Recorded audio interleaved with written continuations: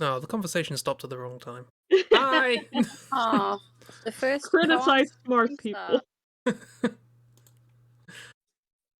I mean, if you want, I can insult academics more. That's why I decided that the wizards were going to be Yeah. feral academics, because that's pretty much just how academics are.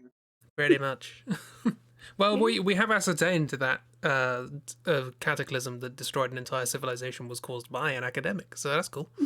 By someone getting their PhD, so, Yeah. you know. No, by someone not getting their PhD because it didn't work out. By someone trying to get their PhD and failing miserably. That's the wrong button. That's the right button. And buttons. Whee. And we're here. Be buttoning. Buttons be buttoning. I'm just thinking of pantomimes now. Oh, my brain just went on like a 3-stop tangent, all of which are extremely British references that are not worth bringing up right now. Please indulge us. What? My brain went buttons, so pantomime, so drag, so Lily Savage, so blankety blank. They're bringing blankety blank back. Now, how many of those steps did any of you understand? Far too little. I know what drag is. Yes. That's probably the single connecting tissue.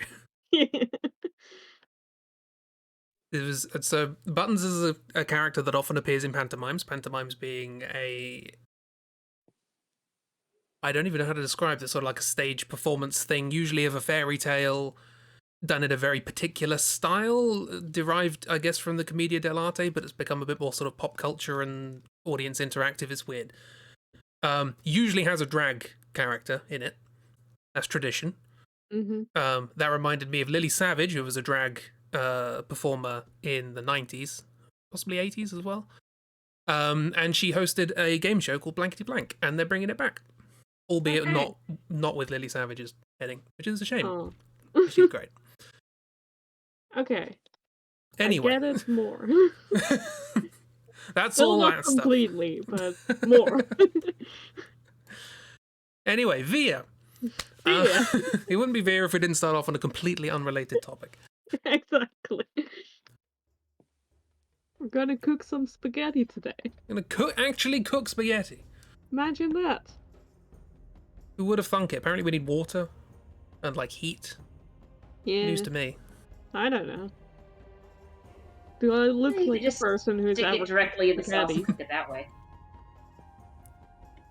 I've thought I know people. I've seen videos of people like cooking eggs by putting them on hot pavements. It doesn't work with spaghetti apparently. Oh. Might have something to do with the fact it's not been hot. But anyway, we have cats. Well, we have a plate of spaghetti masquerading as a cat.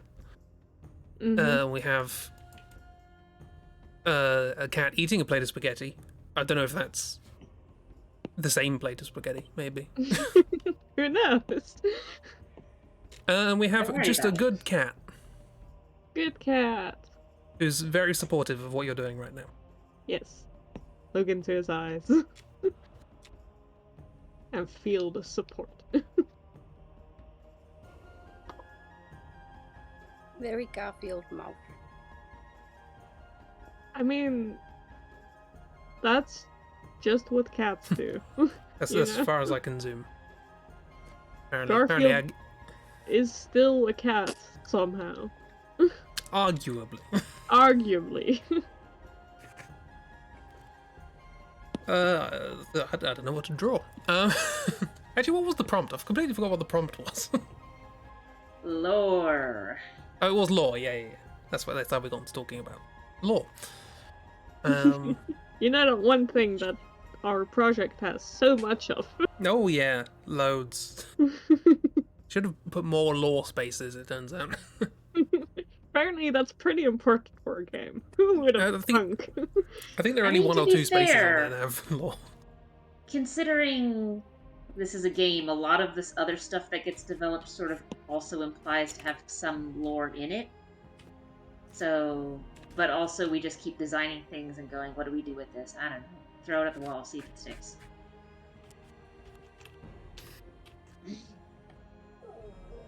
So yeah, we came up with this idea last time, that the destroyed, abandoned, whatever city deep in the forest that the forest has just sort of overtaken, was the site of some sort of great PhD-based calamity, which killed everybody in the city. And that caused a lot of issues. Notably that most of them didn't want to die, so they just kind of stuck around. Chibi actually wrote up some stuff. Being smart and thinking.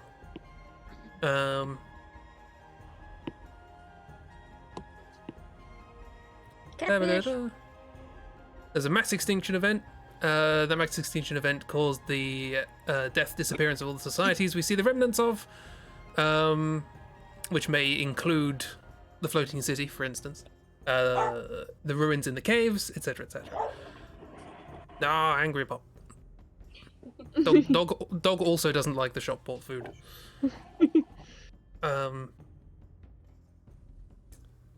Yeah, stuff. Where was the thing? Suddenly this apocalyptic events happens, and then because there's a lot of dead people and this wasn't planned, people slip through the cracks. A lot of people can slip through the cracks. The entire Golden City does so, essentially. And Death notices, but can't really do anything about it because there are too many dead people to deal with. Admin, basically. Yeah. So the Golden City exists because admin. Which seems right. Life can't stop them because they're dead, and dead can't stop them because there's too much going on. It was a mass extinction event. What were they supposed to do? So yeah, all the dead souls that didn't want to die just left and made a new city, and that's where the Golden City comes from. It's a cool, neat idea. The only addition I had to that would be, which is sort of roughly what I'm doodling now, the idea that maybe the extinction event itself. I was sort of thinking about this idea of like the nature sort of taking over and sort of going, hey, this is ours now. I thought it might be quite nice if the original like civilization or city was made in, or maybe not made in, but at the time of the cataclysm was basically surrounded by desert. And the cataclysm itself is the thing that brought life back to the land, and that's how the forest came. Maybe, it was the release of the life from the people. Maybe the PhD project was, hey, can you bring more plants back? I'm like, sure. Yeah. And then it's like, well, if you need all the plants, we're going to need some life, so kill all the people around. I mean, I'm now thinking, because of like the way the Golden City is, like even in death, I assume they were just as bad, if not worse, in life. So it's just like, it seems like the Golden City people like ruined the area that was the forest so much that it was just this like desert forming into this like marble city again, or like or maybe not necessarily a desert. So I don't think you guys have it so much in the UK because for various reasons, but in the United States we have a really bad lawn culture where basically everyone's just obsessed with having a single type of grass at a specific height. They live on a nothing else. Like shrubbery and perennials is like, what? Grass.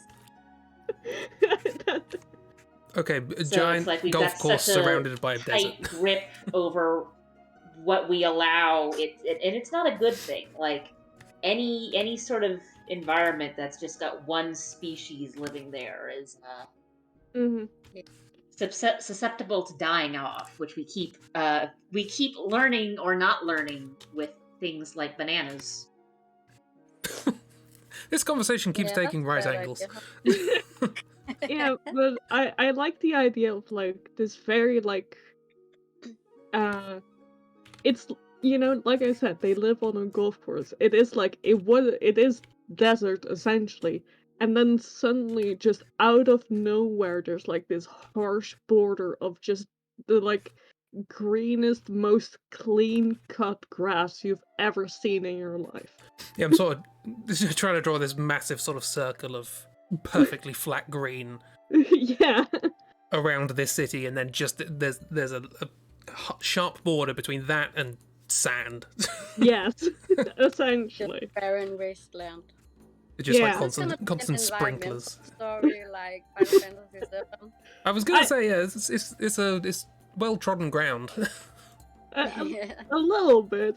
I mean, To be it's fair, not- that's more about mining, but but I mean, it can have a million different angles. It's a love trope because it works. because it's a problem worth addressing, and it's been around so long, and people haven't addressed it properly that we can still keep talking about it. yeah. Yeah. The reason it's an old trope is because Yeah. no one's fixed it.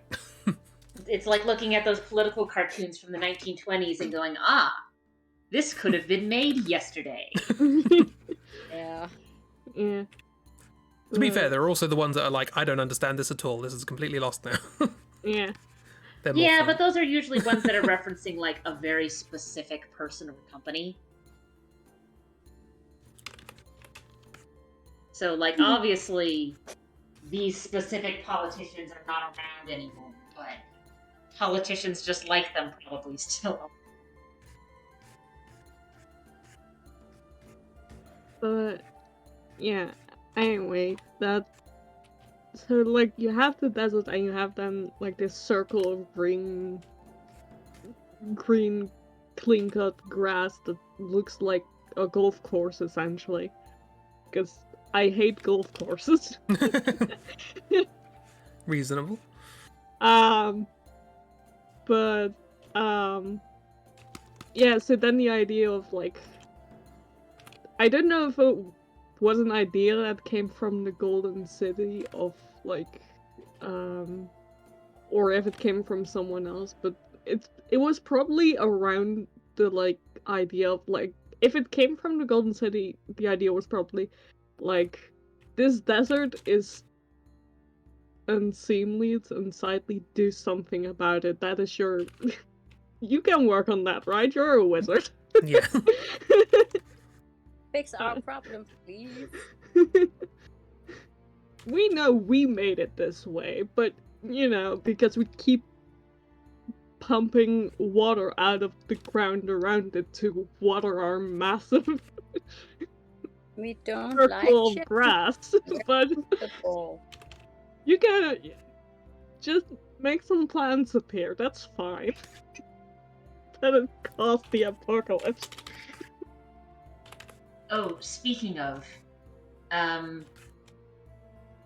so one thing that you sometimes can find in schools, depending on who you can ask and who is managing clubs, most schools will keep records of theses that were made by students who got degrees at that school. They keep them somewhere. So, like the math department of the school I got my master's from, there's a little library in the break room that's got these little almanac type things that have all of the published work that anyone made for their master's degrees going back as far back as they can manage.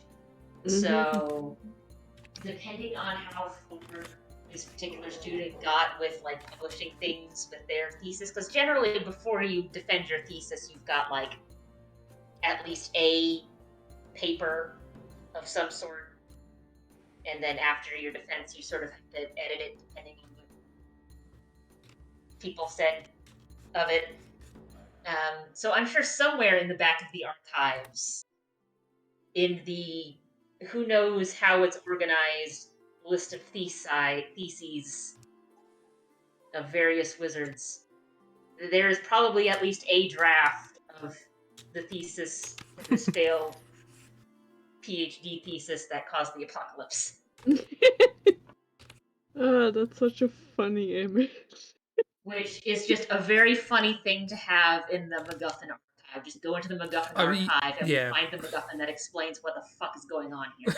It doesn't explain, but gives you an idea of gives you some context of what the fuck is happening here. It is an entire, like, thesis draft, and it is horrible to read. And it's a thesis draft, but it's the one that's had corrections, but it never got sent back. It's got red pen all over it. If you do this, things might go wrong. Check your calculations.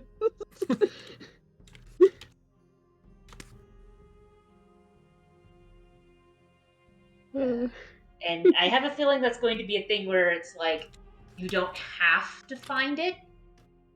And there's probably other things in the MacGuffin archive that are more useful or more likely to find. You probably have to get real buddy-buddy with MacNavius Guffin in order to get that into that particular area of the archive with the old PhD people. Yeah, it's the kind of thing that, like, most general players of a game, they don't come across it, but then you have people like MadPat from the Game Theory channel, and he has read the entire thing multiple times.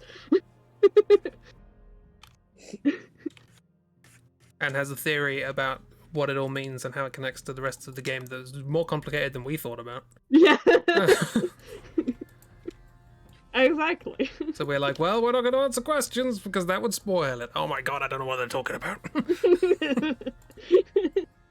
Maybe the thesis got buried on purpose because they made someone mad, like MadPat did once.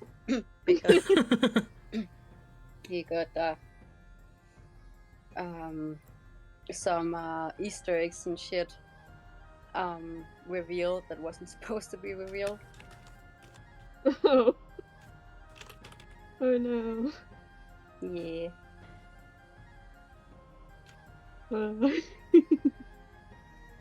Now, see, that bit just sort of annoys me, because it's not just with that. There's, like, with a lot of series, you've got this thing where apparently creators just kind of want to punish their viewers for being engaged and figuring things out before it's revealed.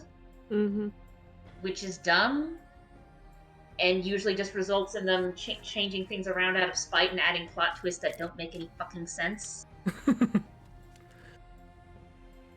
I'd be thrilled if people worked that stuff out in advance, because I'm like, yes! Oh yeah, and like I made it make sense! So like with Rebecca Sugar with Steven Universe, so some people had actually figured out things like, spoiler warning, rose quartz being pink diamond beforehand, and it's like, cool, you figured it out. But like didn't like announce that at the time, just sort of left it without comment, and then when it was eventually revealed, it's like, ah, those of you who are paying attention, yay. And also Perch, I think is his last name, the guy who did why is my brain blanking on the name of the series? With the twins. That's a great name for a series. Gravity Falls, yeah. With Gravity Falls, some people had figured out what was going on with the whole Stan and Stanley thing to a point before the whole Stan and Stanley thing was revealed. And they didn't change that plot twist because there was no point. They just didn't comment on it. And then when it was finally revealed, it was like, congratulations. Yeah, it's always kind of the thing of like, if you have people that are figuring out your plot twist, that means you're telling a good story. Yeah. They wouldn't be able to figure it out if you didn't tell a good story, because then it wouldn't make sense. There are some plot twists where it can be understandable to not figure it out as the story is happening, but I'm sort of the opinion that if your plot twist isn't something that, if it doesn't make sense in hindsight, then you're sort of just not doing a very good job at setting up your story. Yeah, it's not a twist, it's an addition. Like, in order to be a twist, it has to, in some way, manipulate previous material. That's how you twist things. If it's just something that's surprising and unpredictable, then it's just you've added something new. Yeah. So, okay, you've just changed the direction of this thing. Yeah, or you've entered an entirely new element that wasn't relevant before, Yeah. or even hinted at. This is why I like Inside Number 9, because it always makes you go, oh, that's what I meant. Oh, oh no. Yeah, even if it's, and I mean, obviously tone is a thing. So like, there are some things where you just sort of sit there and go, okay, we're not supposed to take this too seriously. So don't take these weird twists and turns that this is taking too seriously. So like, most adventure games, weird plot elements randomly showing up, I can usually let slide unless the adventure game is just very bad at doing its adventure games and puzzle, but that's a different matter entirely. So if it's like, but a lot of those, it's like, this isn't to be taking itself seriously, and sometimes they're just sort of, they're usually just sort of taking the piss out of something else. So like, Barry is playing the Monkey Island games since the new one is coming out soon. And when I didn't notice it the first time around when I had played the game when I was younger, but watching it now with more context of even older adventure games, there's one scene in particular where I'm seeing the goings on and it's like, oh, this is making fun of the older King's Quest games, almost explicitly.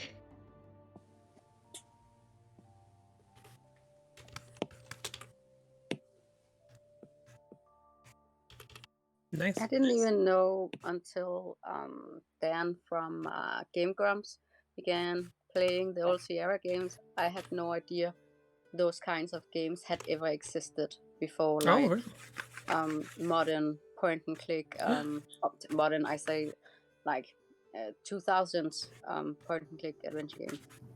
We should play more on stream. I say that, I was reminded today that there's a Wallace and Gromit Telltale game. Oh my god, seriously? I'm tempted by that, but But can you buy it anymore from it's on Steam. Oh. It's on Steam. I mean, none of us are going to stop you. I don't think any of us can stop you. No? In fact, if you're not careful, some of us might Encourage do you. things to enable you to do it even more. So I thought I'd mention it while Dark wasn't here, at least. Dark has a nasty habit of buying people games that they want. Very nasty. This is rude. Frankly rude.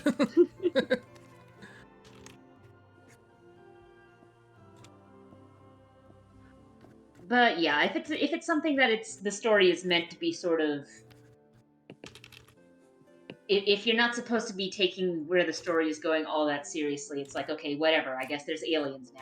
Sure, fine. But if it's like a mystery game type thing, it's like, all right. Oh boy. Oh boy. Have you ever seen a playthrough of Indigo Prophecy? This was David Cage's game before Heavy Rain. Oh boy, that already makes me nervous. No, I have not actually seen that. I have a copy of it. We could play it on stream. If you've never seen it.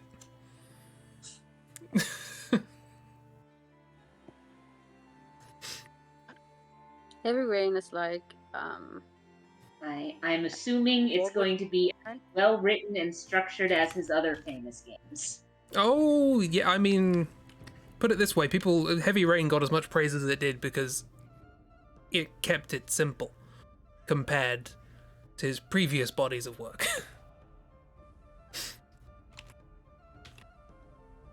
Yeah, that figures. I kind of want to play that now. I mean, I don't, because it's awful, but I do kind of want to. I mean, sometimes the fun of playing awful games isn't playing the game. It's riffing the awful game with a group of people who are also riffing the awful game. Okay, we might do that then. At some point.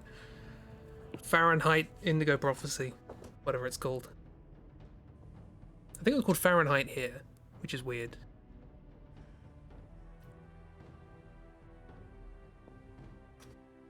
But yeah, it's one of those games where it's like, okay, I see where this is going. This is a cool little detective-y sort of thing. Got to work stuff out. Oh, didn't expect that. Oh, didn't expect that. Oh, what is this game now? That happens. It's great. And me saying that is not going to ruin the fact that it goes places. Because you're going to think it's stopped going places, and it will continue going places.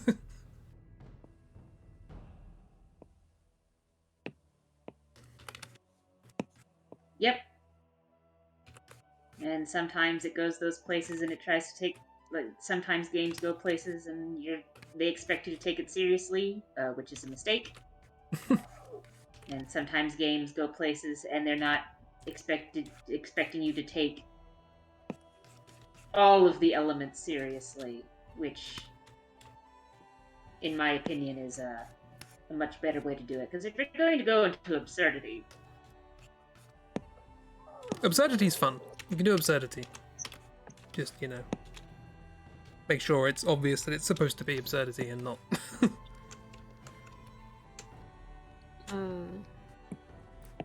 Do we have anything more cooked spaghetti to do? Oh yeah, we're just doing Via. Who's this friend? So, one thing I was thinking of, especially after I had looked up some stuff at T-Lab, so we had been like with the... But... So obviously, like, the upper areas all sort of got affected by the weird explosion. But as I mentioned in Discord, when the one big mass extinction event happened that killed off all the dinosaurs, some sea life around the top area ended up dying off, but a lot of stuff didn't, especially the further down you go. So I think ocean-wise, we've got a similar thing here of some of the upper areas are fairly new in comparison, but when you go down further, there's more clues of like, hey, now wait a minute. Hey, now wait a minute. What is this? Hey, now. Also, similarly with the caves, I think depending on how far deep you go, there's more bits of, hey, now wait a minute. I know we've said that like at least one of the major entryways into the void, to the afterlife, is deep in the caves. And to me that makes sense. Because in real life, caves are formed by a couple of different things, but it mostly has to do with like tectonic plates moving around and then water getting into stuff and like hollowing things out. So you have some cave systems that are relatively new, especially ones that are partially made by humans doing mining. Then you have other cave systems, or at least deeper parts of cave systems, where it's like no one has been here. And by no one, I mean no one. There has been no life here, ever. So I'm thinking we've got a similar thing with the ocean of like the deeper you go into the caves, the more it's just kind of like, oh, people don't come here. Oh, people have never been here. I mean, a place where nothing has ever lived seems like the right place to portal to death. Yeah. To life and death.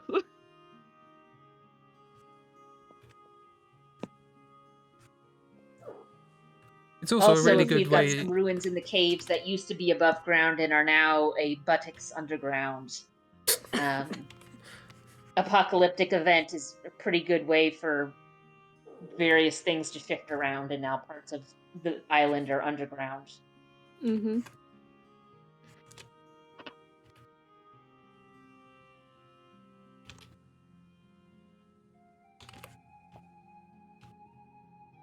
I mean, I do think for like the abyss and such, it's it is fun to have like a newer society that's like more to the surface, and then the deeper you go, the older it gets essentially. Because then you can have like fun things of like, we don't go down there. That's, things get weird down there. That's they were from before, and it's just like, before what? Before what? Excuse me? Then you go actually down there, and you're even more scared and confused because what? We haven't What been is down there? there since. Since? Yeah, since. Since what? Since. Since. Hooray! I Oh, finally and get that to actually use the. reminds me with That was the Wind name. Waker. They've got a similar thing where you've got some areas that are new, but if you look and you go in deep enough, you find cities that have been flooded over and or dragons talking in wingdings because they're that old. Mm-hmm. They're from the 90s. Is Wingdings like speaking of Wingdings like a shortcut for like ancient stuff? Because Blabs mentioned that as well. Okay, so let me find you. Okay, so the funny thing is, so Wingdings is a font, and there is actually an interesting reasoning behind it.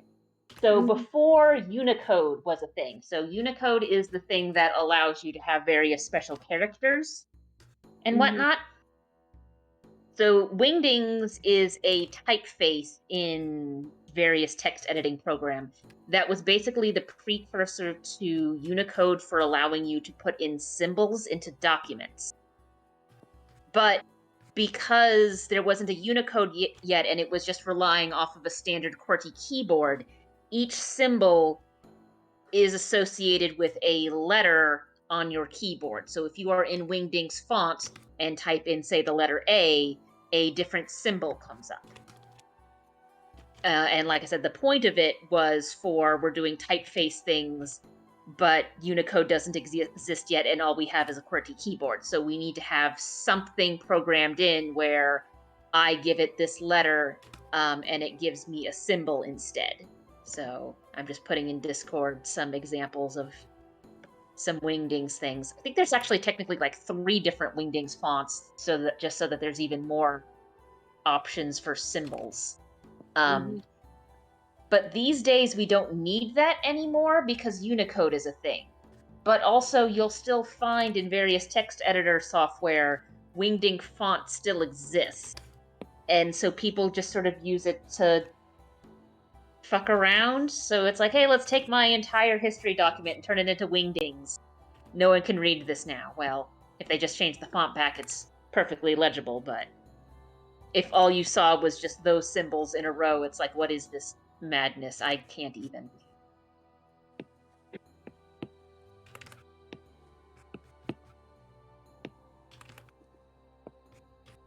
I associate it mainly with puzzle games, browser-based puzzle games that always used to hide clues in Wingdings. Or isn't there a character in Undertale that speaks in Wingdings? Yeah. Yes. Because there are It's characters based on the, fonts on the papyrus sands, etc. Though I believe I mean, he is in the game technically, but he's like in like a back room somewhere. Yeah, it's the other skeleton guy that we don't really know much about because he's not really part of the main story game. You have to really go out of your way to find him. Because deliberate mysteries are fun. Yes. And Toby Fox is a madman. Funnily enough, that character, that Mad Pat, got in trouble for revealing. Oh. Mm-hmm.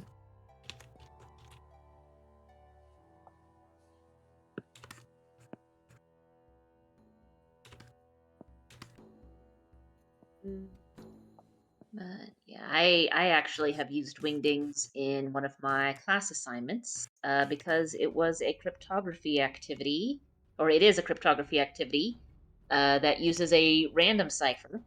And then one semester I had a student who was like, hey, this makes my dyslexia really bad. Can we not have letters in here? And it's like, okay, let's use symbols instead. And so I just changed everything to wingdings. Cool. This is just a random aside, as if this stream isn't anything but that.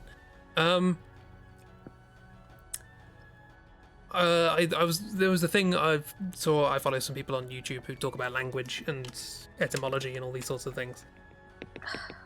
And somebody was talking about somebody made an artificial language which is just like as concise and unredundant as possible, to the point that it's basically unusable because we're not machines.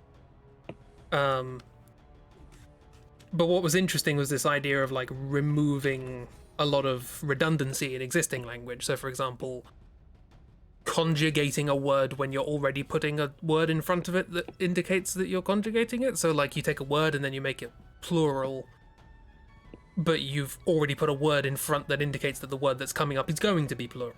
So you've just done that twice. Saying a dog versus 3 dogs. Yeah. 3 already indicates that there's going to be multiple dogs. Yeah, or you have like in I was about to give an example in another language and remembered I don't know any languages. There's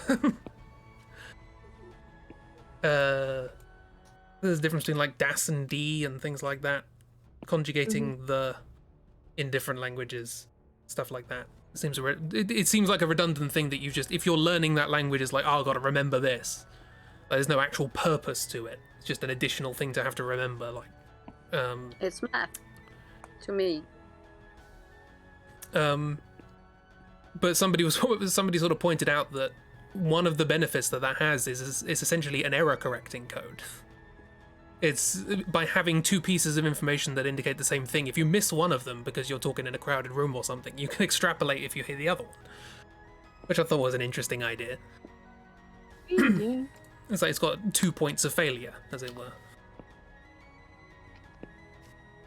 I mean, I don't know if I subscribe to that. But it's interesting. Sorry, yes. I've lost my train of thought now. The VR curse. Yeah, I mean, you're not wrong there. So a mentor of mine would cover some stuff on cryptography when he taught a general math class for non-majors. And one of the things he would cover was stuff over error correcting and error detecting code. And basically the idea of error correcting and error detecting code is you need to think about how important is it that we get the correct information right the first time, and how quickly can we correct for things if it's wrong. So like when you're buying stuff at the supermarket, a lot of stuff will have a barcode on it.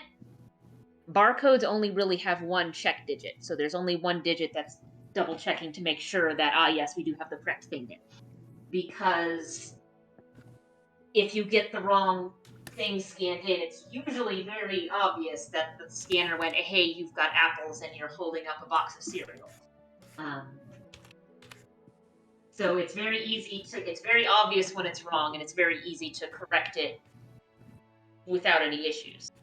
But if you're doing things like sending commands to a satellite rover, it's pretty important to make sure that it gets the correct information just so that it doesn't break, but it's also really hard to send corrections in a timely manner because of how far the information has to be. So there's more check digits in those messages than there is in...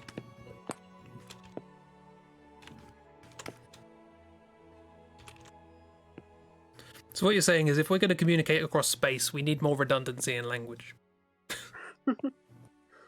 Probably. I mean, if you think about it, we've got a similar thing going on with a lot of informal language. It's just sort of do whatever you want with the words. But if you look at like legal documents, there's all sorts of notes and stuff in there to make sure that we're very clear on text of what we're talking about. Talking to somebody Because across if the I'm galaxy. just talking to you, I can quickly edit or add on things like, oh no, actually I mean this, whereas if you're reading legal documents, it's like,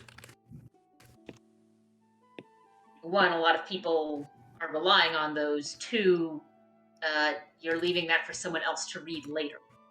So you're not going to be able to fix it. So astronauts should speak legalese. Got it.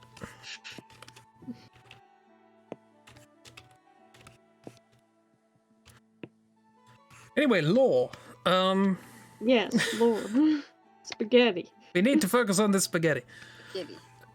Right. So, lore. Well, I think we've got a good starting point for sort of the backstory of how all of these things formed. How do we now implement that into the story of the game? Right? How does the character work all this out? How does it impact what they do?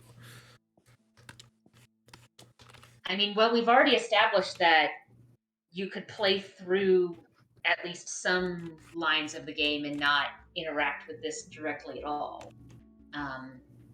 Because we do have the different areas where it's like, okay, you could do the job you were created for, or you could just fuck off and join the Mafia. But it does... I feel like... Stuff does... I think it would at least indirectly affect it. Yeah. I feel like everything you do will in some way touch on this, even if you don't explicitly know that that's what it is. So, like, for example, with the Mafia that we have in the harbor, they're apparently using the floor soup as like an equivalent to crude oil for those are environmental powering machinery. Maybe this apocalyptic event is part of the reason why we've got floor soup at all. Like, we've got this explosion, the lines between the void and here cracked, and in some places it's more cracked than others. So here it cracked and a whole forest sprouted up. Mm-hmm. Other places it cracked and it's just like, oh, it's just a little puddle. Oh, yeah, that explains why the floor soup gives life. It's, it's the same thing that happens in the forest, because in the forest, like a whole forest sprouted up essentially from nothing, and then we worked out that like floor soup is good for you in like 7 weeks ago. Of like, it gives you like extra health or whatever. It gives you like a buff or something like that. Yeah, and that makes sense if it comes from like the same source of like this weird life residue. Calling it residue just feels so gross, but yeah. I like the idea that like I've drawn my little diagram of city to boom to forest. Mm-hmm. And it's quite funny, the idea of just the forest, boom, now it's there. But I also like the idea that the desert essentially sort of turned into this just massive lake of red liquid. And then just slowly things grew out of that. Depending on if it was a forest or not beforehand, if it was a desert or not beforehand, with how much time has passed, the vegetation might have just grown out. So that's something that we've seen in both directions with the Sahara Desert. One, as people were going through and like destroying vegetation around the edges, the Sahara was getting wider, which is a problem. And then people just started planting and recultivating various native trees, and now we've been able to sort of push the Sahara back into the size it used to be. So if it was just, this is a desert because they fucked it up, once you put the natural vegetation back in, it just grew back in. And then people on the edges were like, oh, hey, this is a nice plains area with a forest right over there. Sure, let's build a settlement. But don't go too far in. There's weird stuff in the middle of that forest.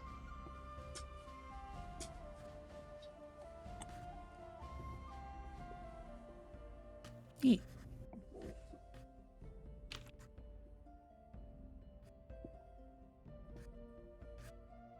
But yes, going from desert with a manicured lawn in the middle to suddenly we've just got regular forest and plains is very funny.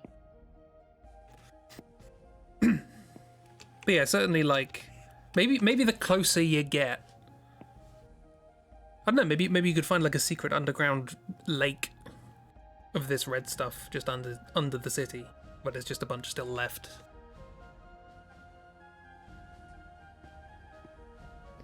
That would be an interesting because we know. Well, I say we know. We're trying to establish that, like, with each area, there's people trying to do things that you might need to get MacGuffins from other areas to help them if you want to go their route, as it were. And so if we've got stuff in the abandoned city in the middle, sort of the ground zero, that might be something that we need for another one of the areas. It's just a matter of which one.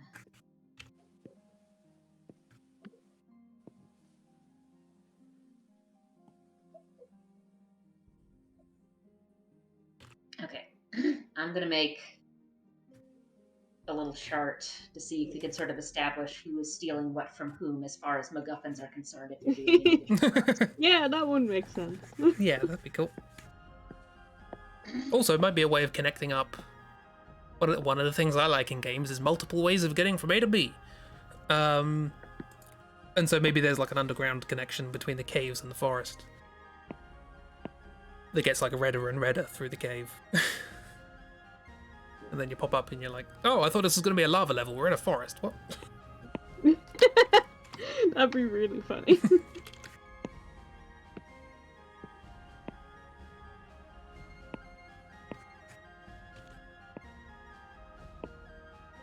So, obligatory mention, the music today is provided by Adrian von Ziegler.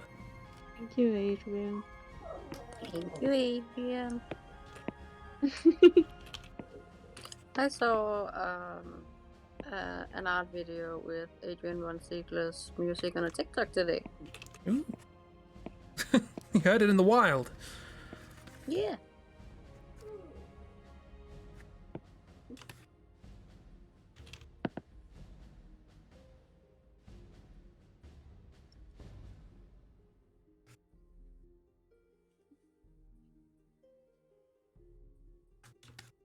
Okay, I think that's all I really need to add for this thing, because I don't think... Because the helping life and death is its own separate overall thing, so that's not really a we need MacGuffin from this specific area to follow our route. And the viaduct is just doing its own sort of weirdness, both interconnected and yet also separate from all of this madness.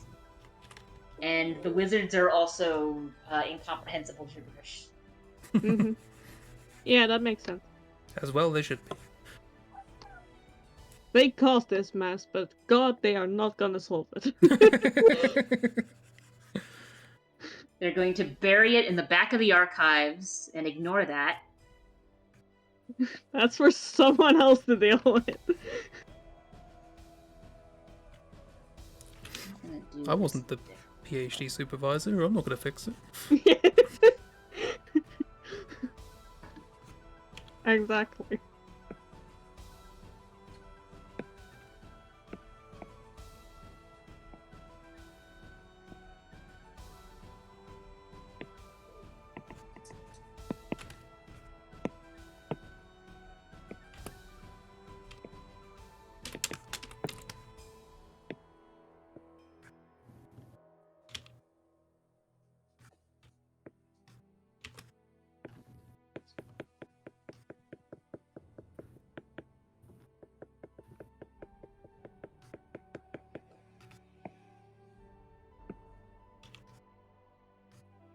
Let's see.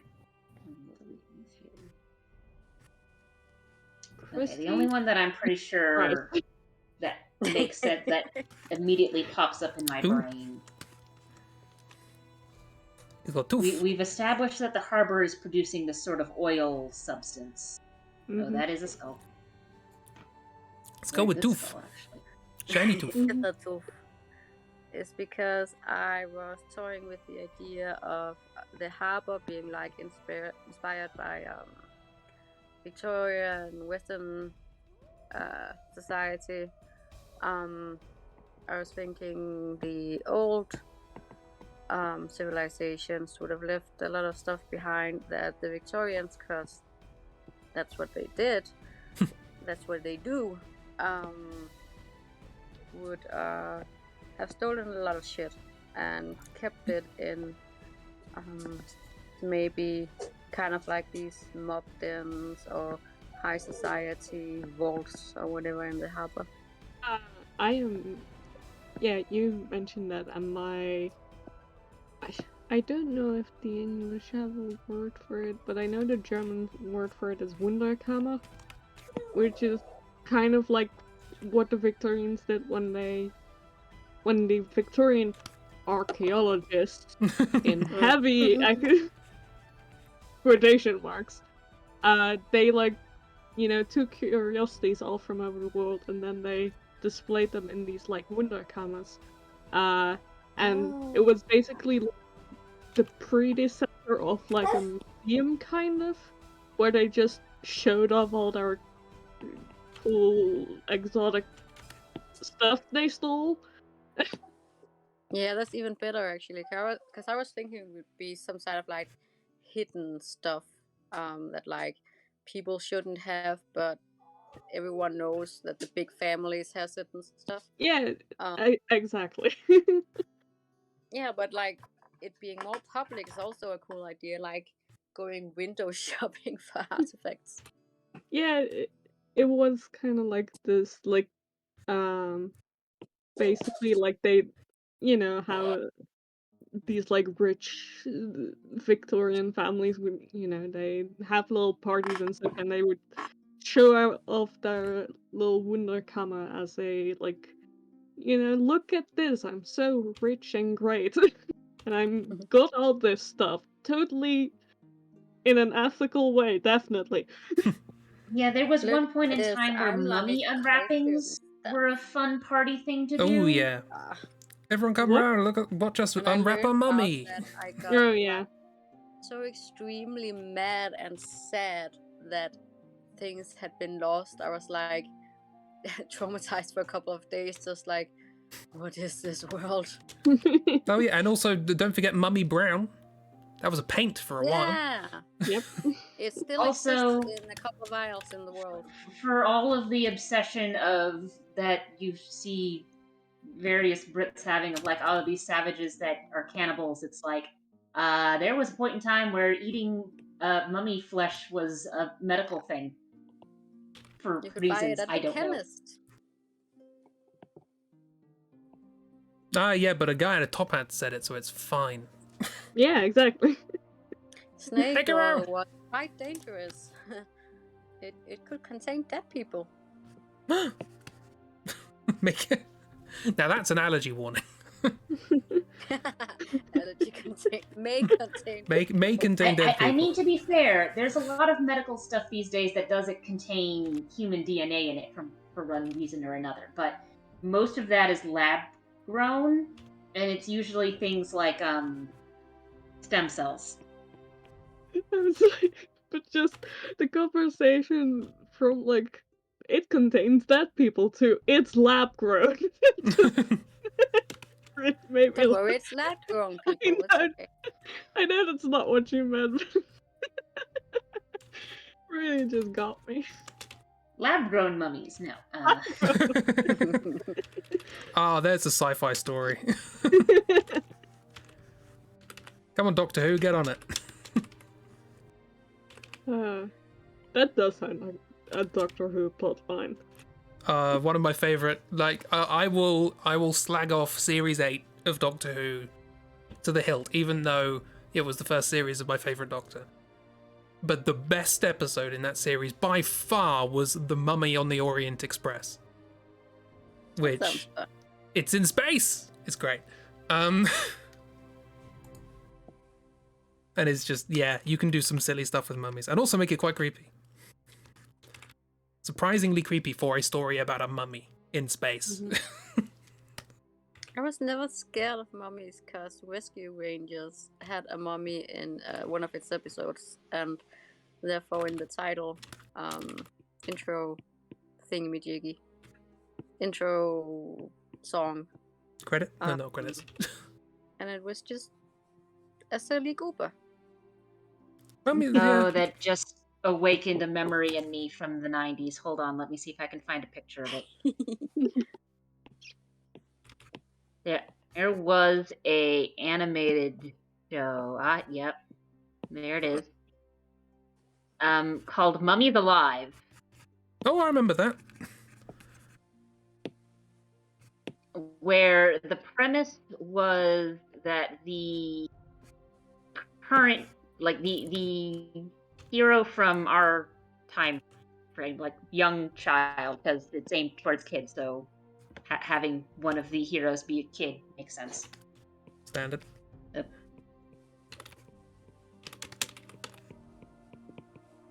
Was like a reincarnation of a young pharaoh who was killed. And basically, at the time in ancient Egypt, his 4 main advisor protectors or whatnot also ended up dying and becoming mummies. But because of like this link between them, when his soul was reincarnated in modern New York City, I think, somewhere in there, they got revived, and now they sort of protect him because you have an evil mummy guy who wants his soul. Try to remember the title of its Mummy's Alive. I can't remember exactly how it. I just I remember the vibe of the theme tune. Never afraid of mummies, but things like Sounds locusts and very scarabs. 90s. Locusts and scarabs freak you out. That's fair. That's probably how you make a mummy. Like the mummy has to represents like decay or rot or something like that. That's how you make it freaky. But ultimately, also just questioning: should we really be using mummies as spookums? Is that a thing we should be doing? Just quick chime in that the English equivalent of the Wunderkammer is a cabinet of curiosities. Yeah. I knew there was a term for it in English. I just couldn't remember it for the life of me. Yeah, the word cabinet always makes me think of like weird Victorian stuff. Should have thought about it really. It is Things in formaldehyde and pictures of people from Freak Show who actually had disabilities. Yeah. Ah, the good old days. Yeah. the good olden days when everything was bad.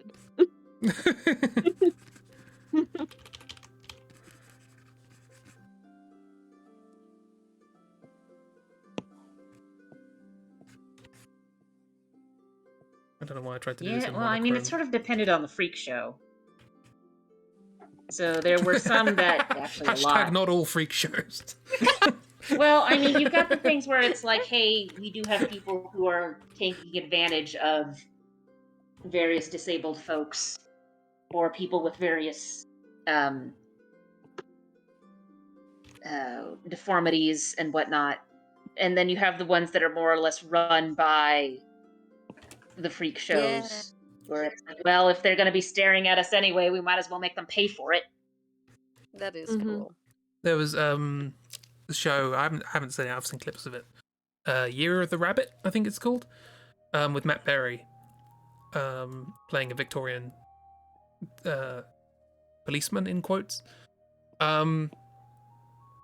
And I cannot remember the name of the. Hang on, let me have a look. Look things up. Joseph Merrick. That's him, Elephant Man. I didn't want to just say the Elephant Man. But yeah, Joseph Merrick in that is a character. And he runs his whole sort of, freak show empire, and it's portrayed as this sort of like wonderfully sort of flamboyant character of like, as you would expect from a sort of actor darling of the time. And it's just really cool to see this character is like Yeah, we're in charge. You're the punters. Pay for us.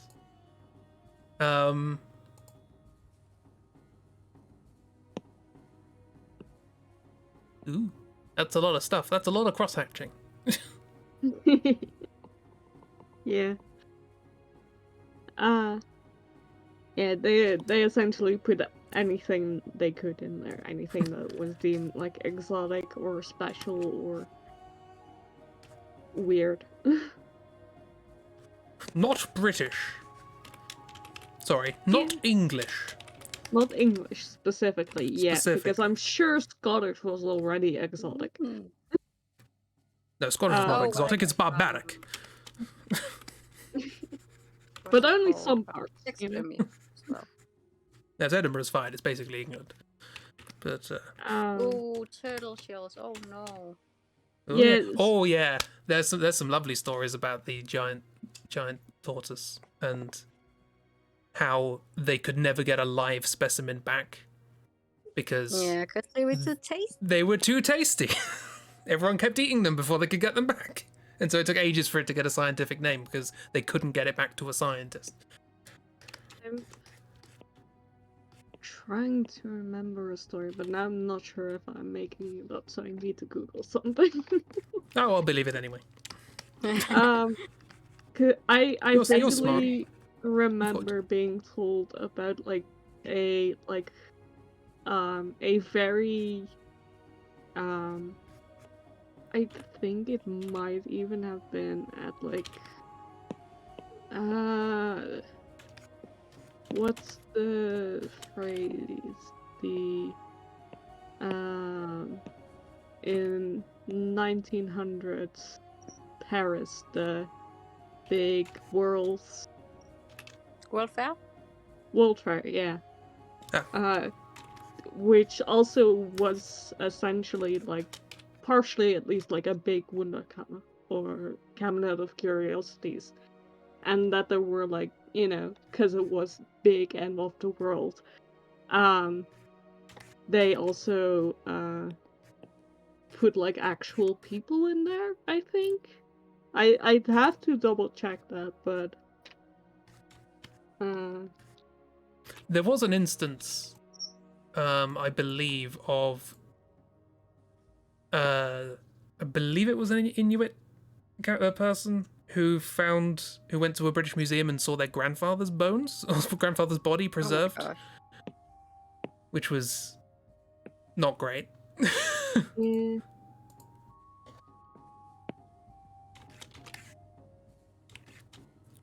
Yeah, there's a couple of bodies that have that sort of history where it's like, hey, actually, this is unethical to keep this body on display. And some of them have at least been removed from display, but they've not really been removed from the collection. Hang on, I just want to post this, which immediately came to my mind, but just replace the word bees with everybody who isn't English.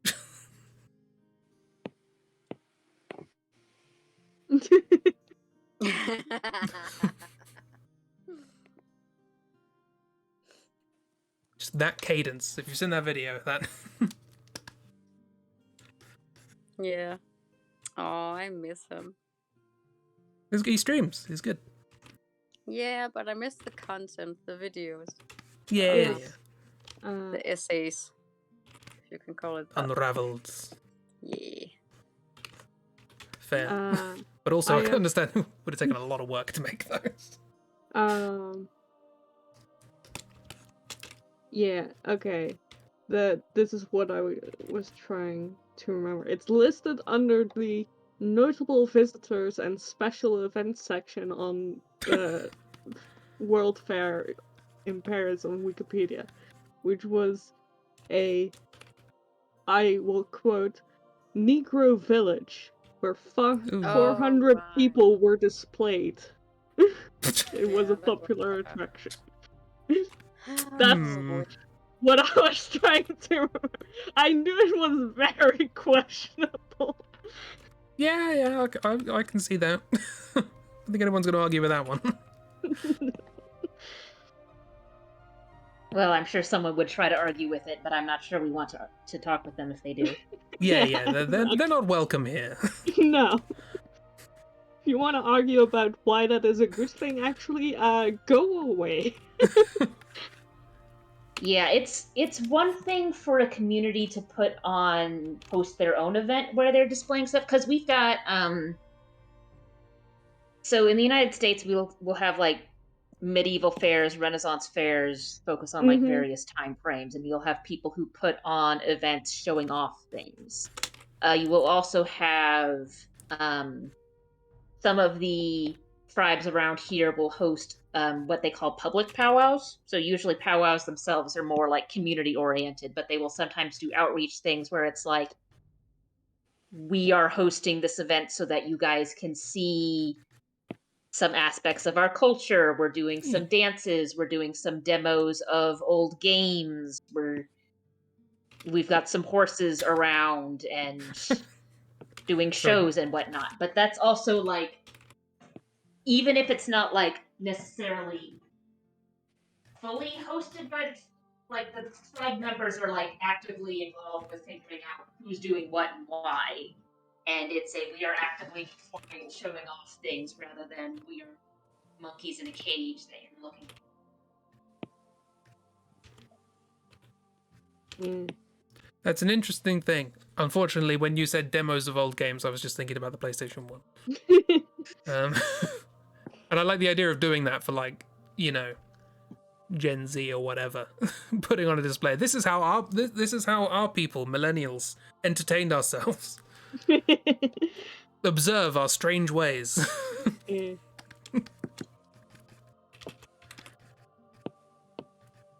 Now, but I'm talking like jousting demos or whatnot for the Renaissance ones, and whatnot.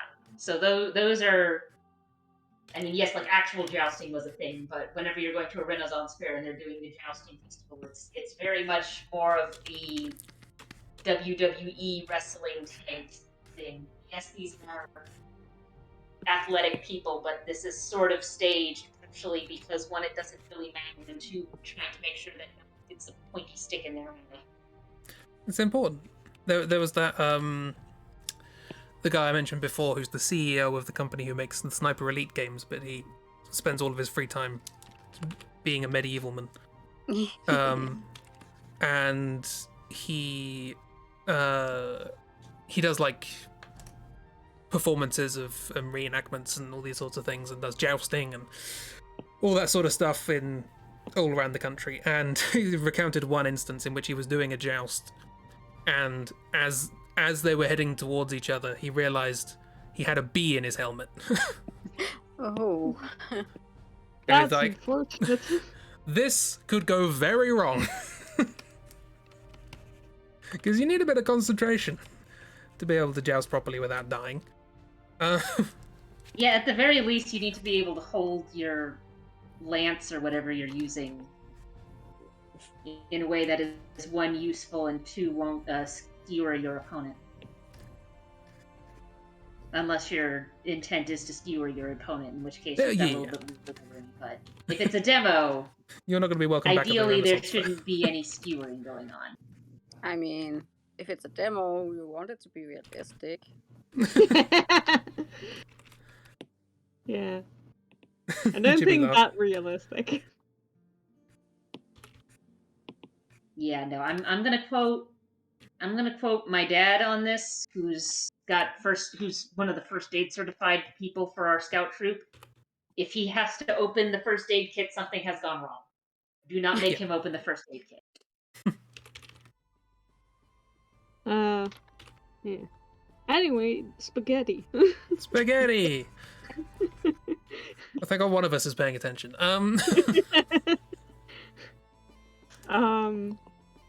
So I'm trying to figure out with the individual routes. And I mean, some of these areas might not even have an individual route. The Floating City and the Harbor very obviously do, and the Golden City obviously does, but I don't know what they need or what they have that another place needs. Because we sort of established earlier that the Floating City is running out of power. So with what we have immediately, I'm thinking it's like, oh, we can use the oil resource that's being sort of stockpiled in the harbor area, and the floating city wants that as like a different energy source. Works? I don't know. Will it work? I don't know. It's magic. Who cares? It's I mean, floor The soup. floating city we've established has like semi-working, even if it's falling apart, technology, especially with the engine room. So that might be something that someone needs, but I don't really know if that'd be the case. Maybe we've got like crystals in the engines. Maybe someone in the Golden City wants crystals, or could use the crystals for whatever's going on there. Possibly. Because most of the stuff going on in the city is just a lot of pomp and circumstance. Yeah.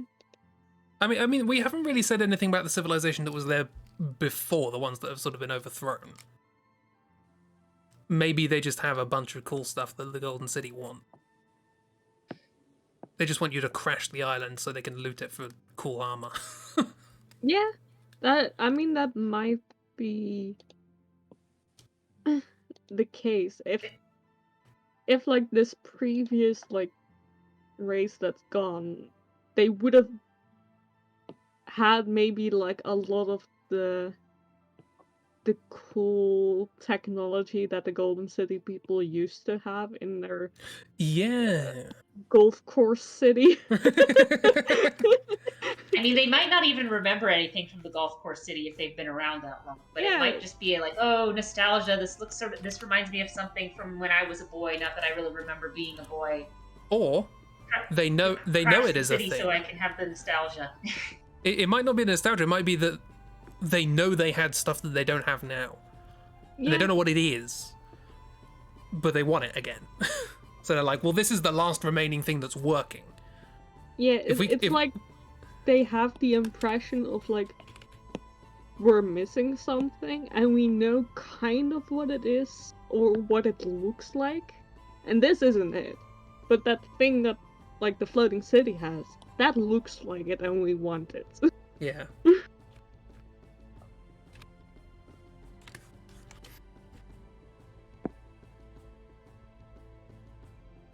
like whatever like the like people of the floating city, like whoever made that, like use like maybe similar technology and it still just very much looks like what their city used to look like. We're talking about allegories like the environmental messages and stuff like that. For some reason, this made me think of Brexit. It's like we've lost something of our past selves and we don't know what it is, so we're just going to destroy things until we can get the nostalgia that we so desperately crave. Yeah. I mean, I know. you can feel that on the inside though, and not project it onto the entire world. Yeah, No. exactly. You can watch old sitcoms. That's fine. They're constantly being repeated on TV. What if we destroy the entire planet and everyone who lives in it? What if? Yeah, but what if not? What if you don't make life worse for future generations, eh?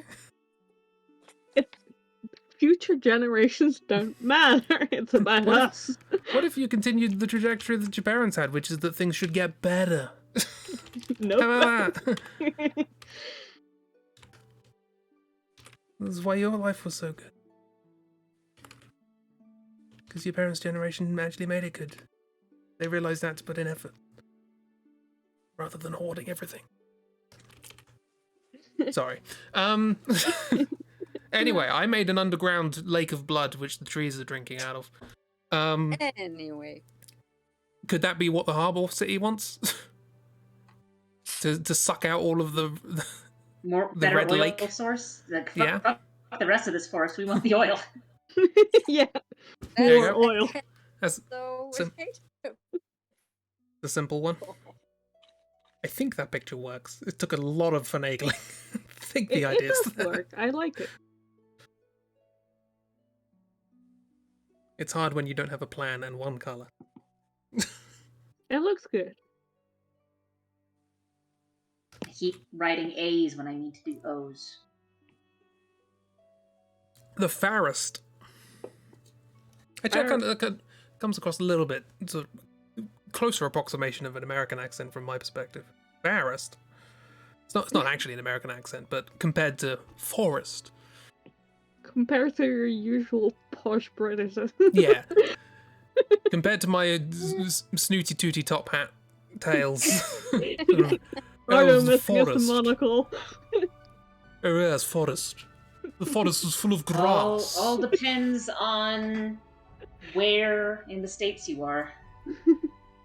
True, there's a lot of variety. I mean, similar thing over there. In the UK, there's a bunch of different accents depending on where you are as well. Yes, that's because we and that's even before you take into account if you focus on just England and not Scotland or Wales or Ireland. See, England is a peculiar mix of a country that constantly got invaded by lots of different people, and also a group of small communities, none of whom want to talk to each other. So we end up with a lot of different, small, isolated accents. Mm-hmm. That have all derived from a weird combination of previous rulers.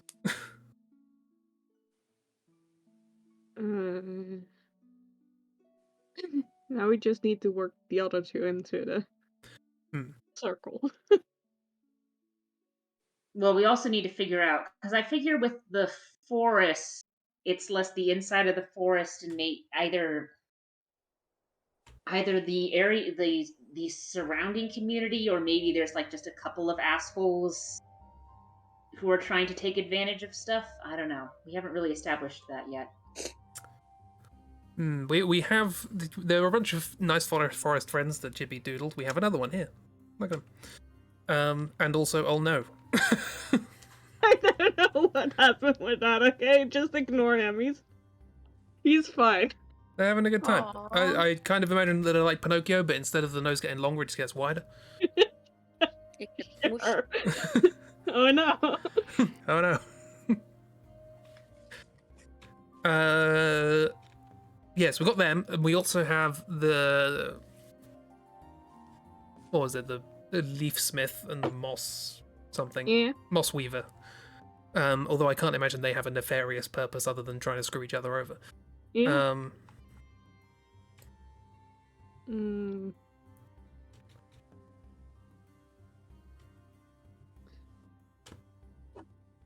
Yeah, I don't know. We also don't really have any groups established in the ocean. The only thing I was thinking with the forest or the caves is, and this makes no sense, right? Mm-hmm. Which is a good way to introduce an idea. Is maybe they want to move into the caves, or they want to sort of spread out into the caves, and the people in the caves don't want that. But by the same token, there's a massive forest there that they can spread out into, so it doesn't really make sense. Yeah, if anything, it would be the other way around. Yeah. But also, if we've established that, like, the connection between the caves and the bottom of the forest is in a spot where most of the lizard people just don't go anyway, because you don't go that deep in, because there's nothing there. Yeah. Mm-hmm. Then they wouldn't even know. And clearly, the lizard folk who were sort of living in the caves, those that don't want to live in the caves, just went off to the harbor and decided to get fitted for suits. Yeah. True. So, like, that is a great description. There are still people who stick around and do things like our male lizard, who is going to man this mail post come hell or high water. But some of them just left and decided to wear clothes. Yeah. So clearly, it doesn't make much sense for the forest to try to go into the caves, and the people of the caves don't seem to be all that interested in expanding territory, because they're already sort of moving into places and just doing whatever. I'm trying to think, because we've got it in this order at the moment, but there's no reason we can't, swap the order of cave, I've already cave moved a and few ocean. things around and put the Golden City next to the Floating City, and there's nothing that says it has to. And there's nothing that says we have to have all 6 of these in here. It's just these are the only 6 where I looked at them and went, there isn't a reason to immediately throw it out as a place that would be involved in it. There's a single plot line that you could potentially follow to its end. Because death, we already said, is its own separate thing that's sort of connected to everything in a specific way. The viaduct, who knows what's going on with the viaduct? That's just that.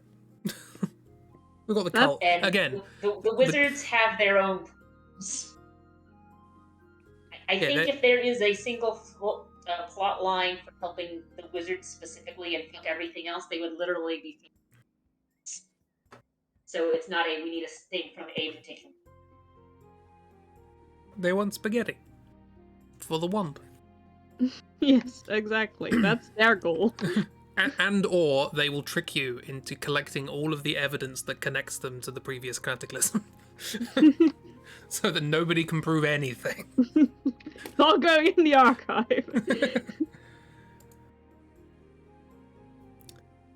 But yeah, I was just thinking maybe with the forest ocean thing, maybe you can do a thing with like water levels in a sense. Like the forest people, they want more land to cultivate for food or whatever, and they know that, you know, there's this sort of big inlet connected to the ocean that, you know, could be drained or whatever, but it turns out that there are people in the ocean living in it, and they don't want you to drain it. Are we going to Pokemon Gen 3 this? I don't know. Chibi, help. In Gen 3, the main plot is about do we want more water or more land, essentially. Right, okay, cool. I reinvented Pokemon. Again!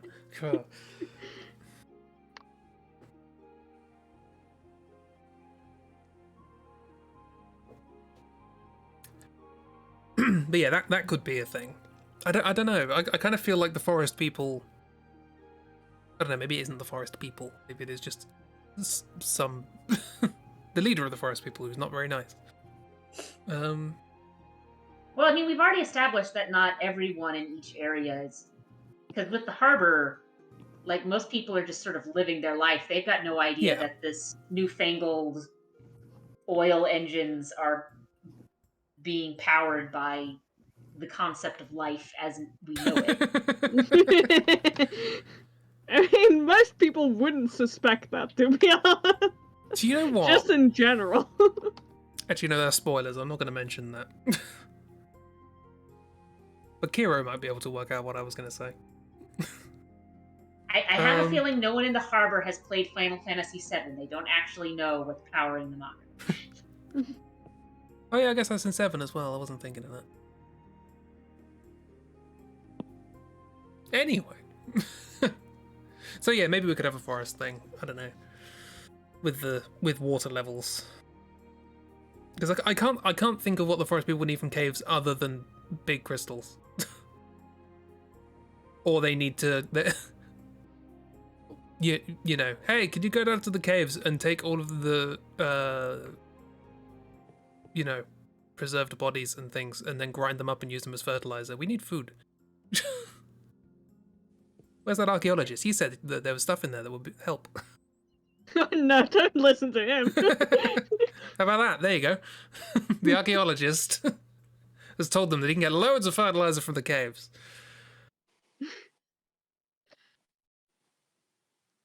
You know, that's not necessarily a bad idea, but also... The story idea or the archaeologist idea? Because we've already sort of established that, like, a lot of these groups aren't necessarily bad people. It's just some of them are being given bad ideas. Mm-hmm. Also, fame and fortune fit into all of these, right? Yeah, sure. They've got to do their ear whispering. Actually. I'm sure they're patrons of the archaeologist. Yeah, absolutely. You gotta get your curiosity somewhere, you know? Cabinet's not going to fill itself. Would that make more sense for them to want stuff from the caves or from the ocean then? Because, well, actually, if the ocean is... Because fish makes a fairly good fertilizer. True, but I feel like in this game, hey, can you go and genocide some fish? I don't think that's quite as palatable an option as compared to dig up mummies. Neither are good, don't get me wrong, but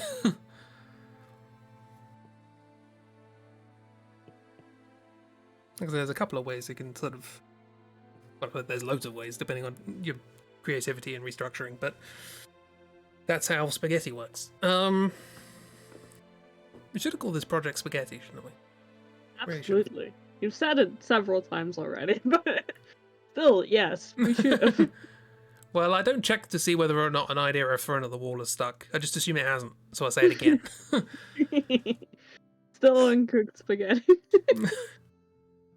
Getting there now. We are getting there. We've got almost a circle. Sorry? My poor feet sees all that dried spaghetti. You should wear some sort of socks or slippers because it's not good. I've been we've torn down a bit of a wall and built it up again the last couple of days.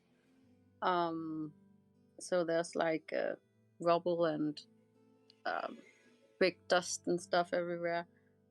I'm still just going around barefoot. No, protect your feet.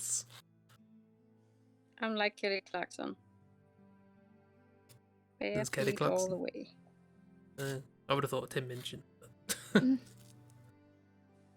Yeah, I'm now trying to work the other way of like, what would people want from the Golden City? Like, what would one of these groups maybe want from the Golden City? And I legitimately cannot think of anything. But the thing is, it doesn't necessarily. Because they don't really have anything. I think we need to understand the sort of scale of this. Like, some of these are like, hey, we're gonna, rip up, historical artifacts and, cared for ancestral people, basically. And the other one is we're gonna destroy an entire floating city and everyone on it. Yeah, exactly. So there are like different scales of these things. Could just be, hey, can you just blow up the Golden City for us? We don't like them. They suck. Golden City. Their city glares sunlight into the ocean and it's hurting our eyes. Can you just destroy them? Honestly, that would probably be good. But we have established that the Golden City is just horrid to look at. We've also established that there are people in the ocean who, or at least areas of the ocean that are older than the establishment of the Golden City. So they might know that it's like, oh, it's these assholes again. Get rid of them. They were bad the first time around. You get like all the way down in the abyss and you're telling about your adventures and someone just goes, what are they doing here? They should be gone. I mean, I did, in the original sketches, I did of like the island on which this takes place, although we have sort of come up with other ideas for arrangements of islands. The Golden City was like quite high up. It was like on the top of a mountain. So it may just be that ends up blocking sun to like huge swathes of the abyss that previously got a bit of light. Yeah. And that's just sort of ruining their ecosystem, all of the kelps dying. Or whatever. I'm also thinking like, because you did do it, like when you mentioned the sketch, I was also like, if you like have this like big, very thin mountain, honestly, and underneath is like a massive cave system, and you put like a solid golden and marble city. That's gonna cause some issues, right? If we want to destroy the city, there's a weak point. Good point. I don't know if I could put the feeling into words, but for some reason you keep thinking of Cosmo Canyon when you think of the forest. No, I get that. Particularly given now that I've sort of drawn this sort of thing underneath it. Sort of reminds me of the caves that sort of run under Cosmo Canyon. Yeah, that's kind of cool. Cosmo Canyon, for those who may not recall, it was the place in Final Fantasy VII where the egg Yeah. Yeah. and Oh, right. Leslie Knuckles Yeah. comes from. Thank you. How do I remember those still? That's in my brain. No. That is taking up space in my brain. Good, as it should. Oh, as a thought, another possible way of reorganizing things. So, depending on if how much trouble we have with these final connections, we could also go harder to caves, and the archaeologist could be wanting mummies, and two be going, oh yeah, if you go far enough, there's an oil source inside of the caves. Yeah. So we could combine these two things into a single thing, and it's just a lot of the archaeologist is actively trying to fuck over what's inside the caves.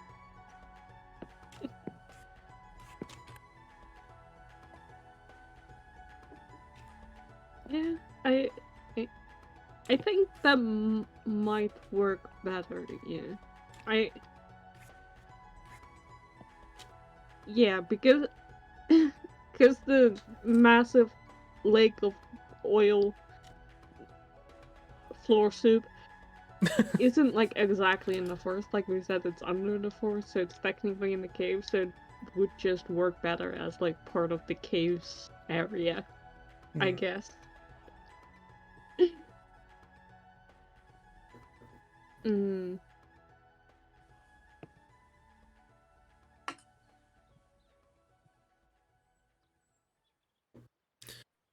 So what do the caves want from the forest?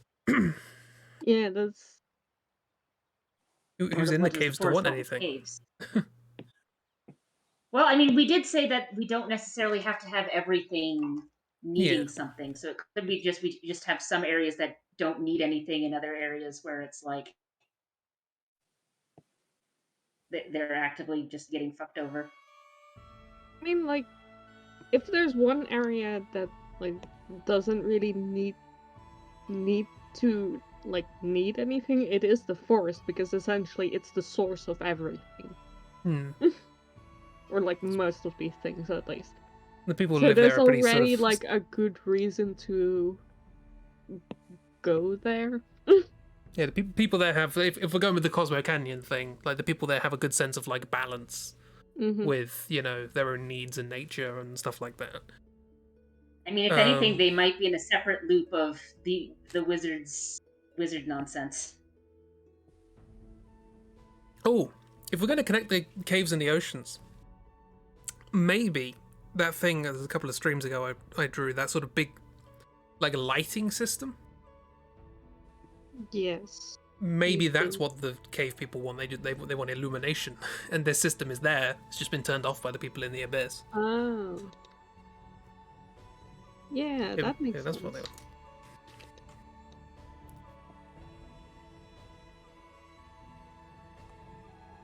Yeah. So you need to sort of turn it on and then protect it from sabotage, but then that ends up causing big disruption to the ocean system.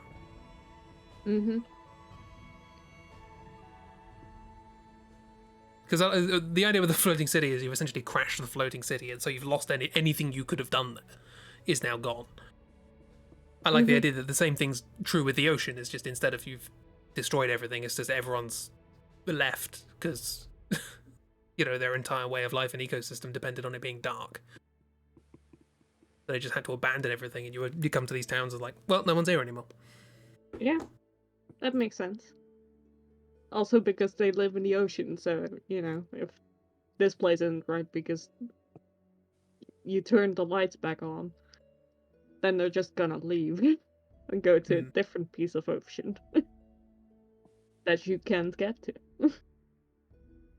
With your bloody lights. Yeah. I'm gonna reword the thing that the floating city needs, because just saying they need oil doesn't quite make sense if they don't have a thing that uses it. So I'm thinking we're specifically looking for the machines that have been made in the harbor that run off of the oil. Yeah, maybe in the harbor there's like. I'm thinking of like, I'm thinking of sewage pumping station. So in Britain there was this big thing. I think it was Brunel. Basically went. We need to get all of the sewage out of the street. Mm-hmm. Let's make a sewage system. And they made a giant underground sewage system, and it was powered by these huge state-of-the-art steam pumps at the time. Mm-hmm. Absolutely enormous. I kind of recommend looking up these things because they were treated like, amazing works of art. They had like wonderful sort of almost cathedrals built around them because they were just these fantastic things that were going to save people's lives and the cutting edge of engineering, and it was really cool. I imagine maybe there's something like that in the harbor that's powering things, or it's keeping something going that's really important to the way the harbor works, and that's what the floating city needs.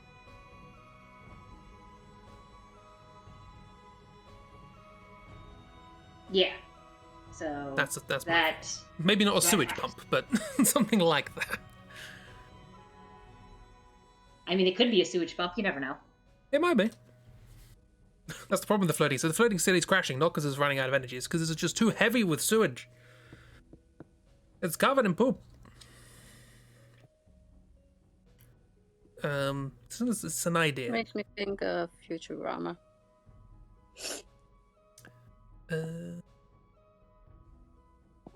I do not recall. I used to watch a lot of Futurama.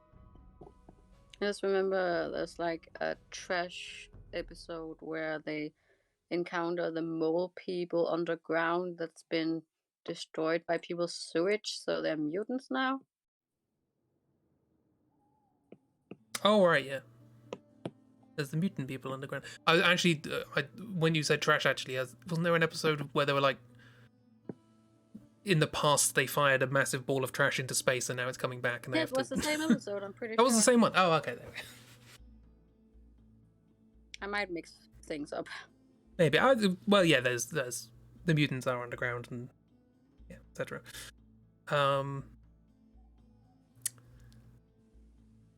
I was going to say something about these places and I have forgotten what it is. Oh, okay, yeah. What made me think about this was this whole light system. The original idea for the light system was that it was in one of the legs of the viaduct. Mm-hmm. Could it be that the mechanism by which we do all these things involves the viaduct somehow? Oh, that would be interesting. Especially, yeah, I mean, it also makes sense. Like, if you have, like, a very important thing, you put it near or inside a thing that is nearly indestructible and has been there for thousands of years without anyone knowing how. Yeah. Like so a free vault space, essentially. I don't know, they're opening the vaults. The vials. The vials. And that would make sense. Like, these things are, like, if you have, like, very important machinery, you build them against the viaduct because, the viaduct isn't going to be affected by an earthquake or anything like that. It's the viaduct.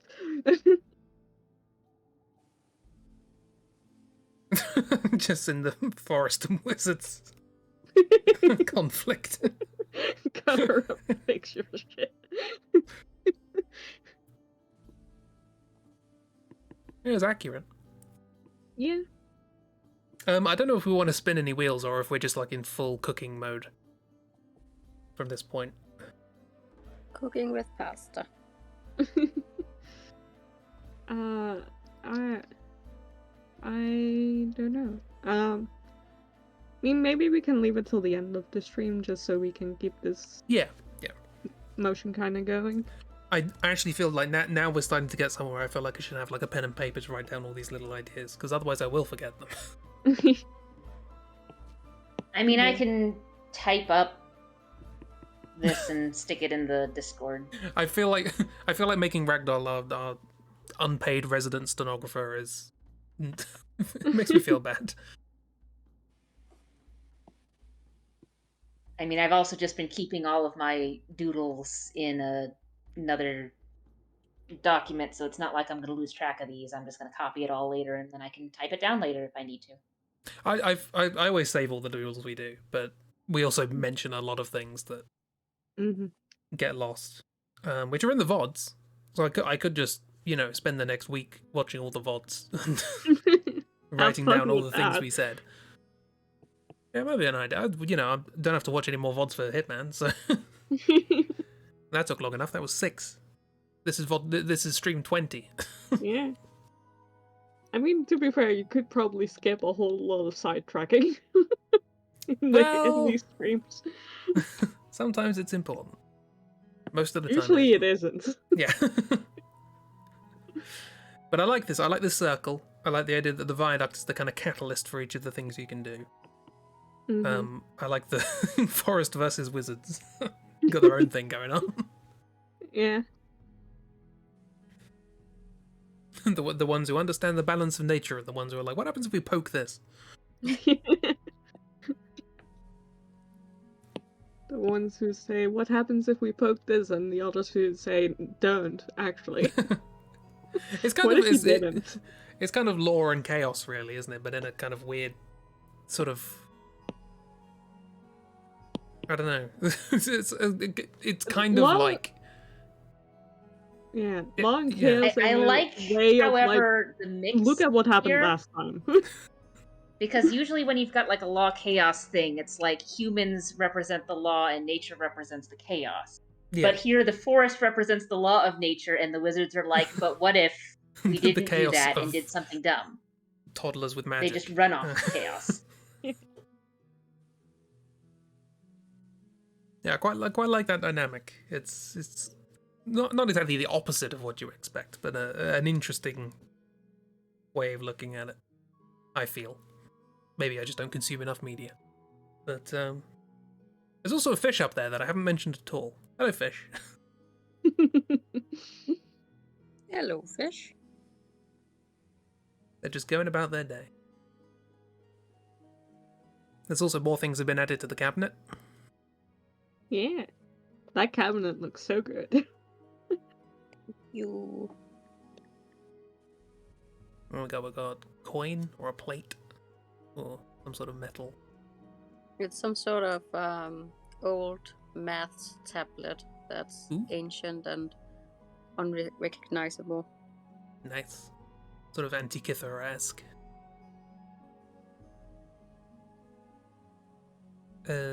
Sure, I've probably only read the word. So. It's the Antikythera mechanism, which is a sort of celestial clock thing that was found off the Greek coast. Yeah. I was looking at those, yes. And also, is it a vial or a scroll? It looks like glass. It's a vial of some sort with mysterious properties. Ooh. It's the best kind of properties. Considering where we're going with a lot of the MacGuffins here, it's probably a vial of floor soup. But very particular floor soup. This was the original floor soup. This was floor soup before the calamity. Oh, it was the floor soup that the guy was doing his PhD with. Yes, yeah, there we go. That's why it's in a vial. And of course, because it's a wizard vial, it's indestructible. Naturally. Because annoying convenience. Which is annoying because no one has the strength to open it. Yeah. None of the wizards do anyway. That, or it's a child-proof cap. Yeah. Yeah, that. There's an entire quest you go on to unravel the mystery of the vial. It has some sort of strange, ancient, unknown mechanism for opening it. Nobody can fathom. I know that like chemicals and stuff has to be childproof. I know, I get that. But damn, is it hard to clean my home when I'm disabled and I have to like call my mom across the bridge on the island I grew up to be like, can you please open my thing so I can clean? I wonder if there's Yeah, there's actually, like, within disabled communities, there are actual discussions of like, okay, I understand that we don't want small children eating these pills, but also I have very bad arthritis and I Oh, need my yeah. pills. My arthritis pills actually, they started off being like fine with like a tool, you can open them fine. And then they started coming in these jars that has the seal like a drink has on the outside with the top screws off. Hmm. Then it has another seal on the inside with like you know, those juice cartons that you have to like pull Mhm. a seal up, if that makes sense. yeah. It like becomes this little prism for my pills. It just Pills it's and worse than trying to get a Rubik's cube solved. Like, so Chris, I don't know if you've ever seen these. There are some. Uh, they're usually marketed as like puzzle toys, but essentially it's just a giant knot theory problem where you've got like a bunch of rings and possibly string oh yeah. connected to things, and the whole point is to try and get something off of a string, but it doesn't immediately come undone. And it's just kind of like, so you have to solve one of those just to get your pain medication. Cool, cool, Yeah. cool, cool. Oh no. It's a good thing my mom is reading to become a nurse.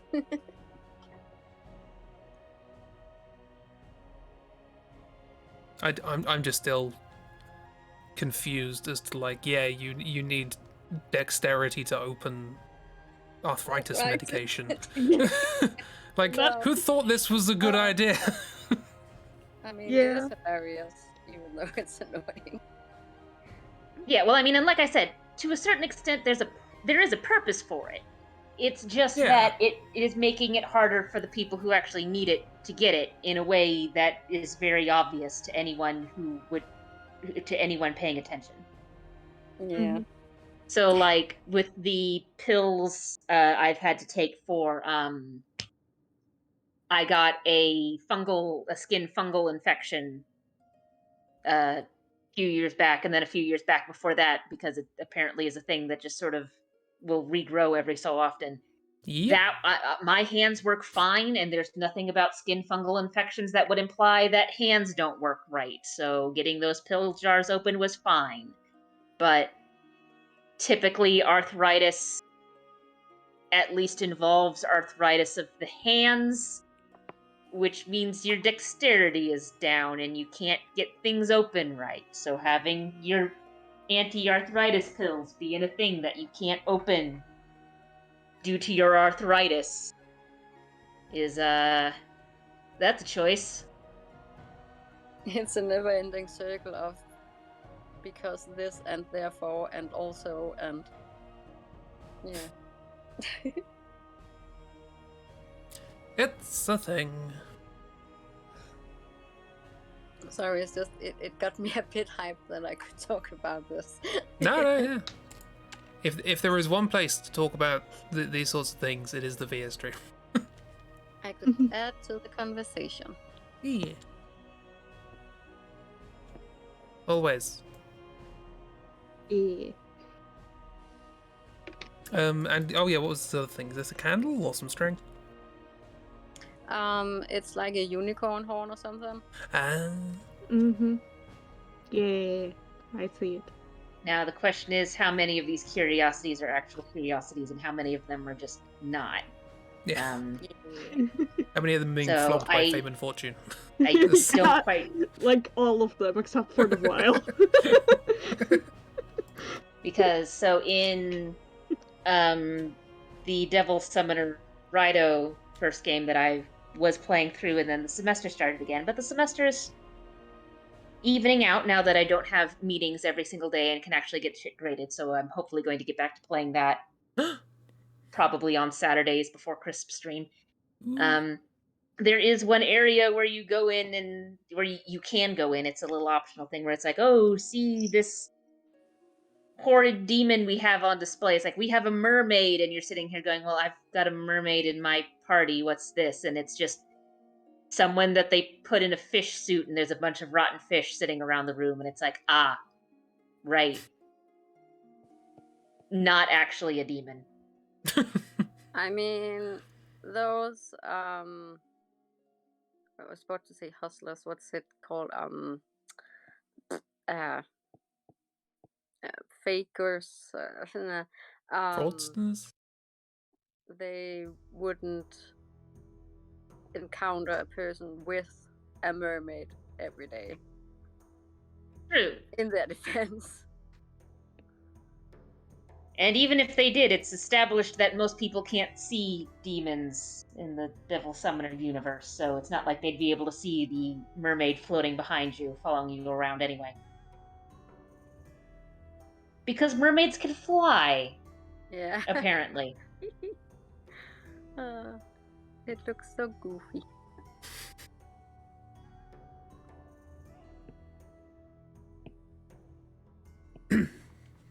Okay, I think we got some cool stuff. Got some ideas. I think it's going somewhere. Shall we spin wheels and then have a chit chat and then call it? Yeah. Let's spin that wheel. Spin that wheels. Hang on, I need to get them up because I didn't prepare. What do we want? More poison. When do we want it?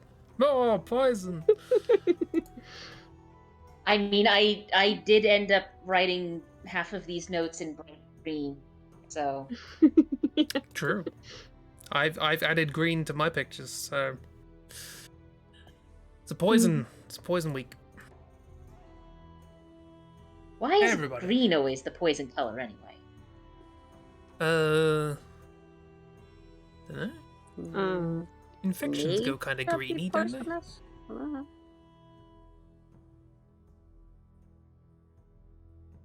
Dunno. Spin.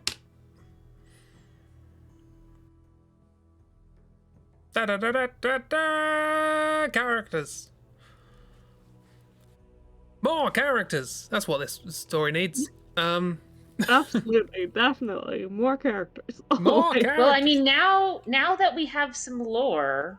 Yeah, that's true. Chib, you have the viaduct, so if we're going to have somebody who understands how all of these things connect to the viaduct, that might be handy. Dark gets the caves.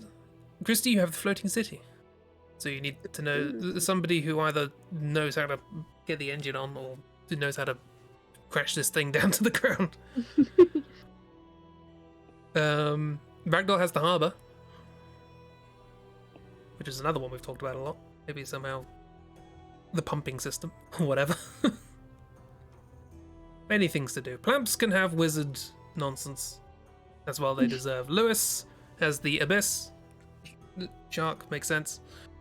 Kiro gets the golden city. So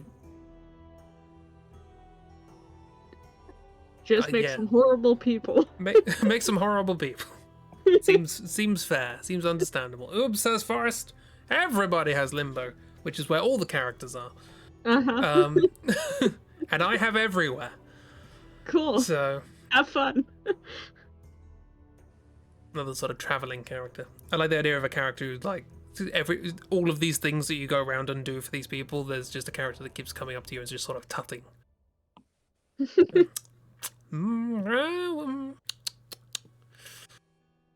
That's it. That's all they do. It's your only indication that maybe you shouldn't be doing this. It's tip, but instead of just not saying anything, they just make a lot of humming noises. That's the point. We don't have tip in this game because we've got like Buff Wizard and. I mean, there might be a wizard called Tip. Who knows? Could be a wizard called Tip.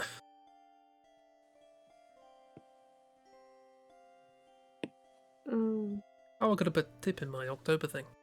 That would have made sense. Yeah. Oh well. Oh wow. Keep it in the back of your mind for the next time. Or switch someone out if it's being annoying. Well, no, I keep the character. I just switch the style.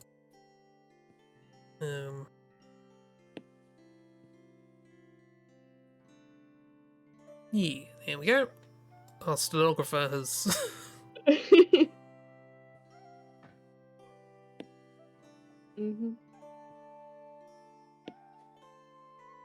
Yeah, I'm.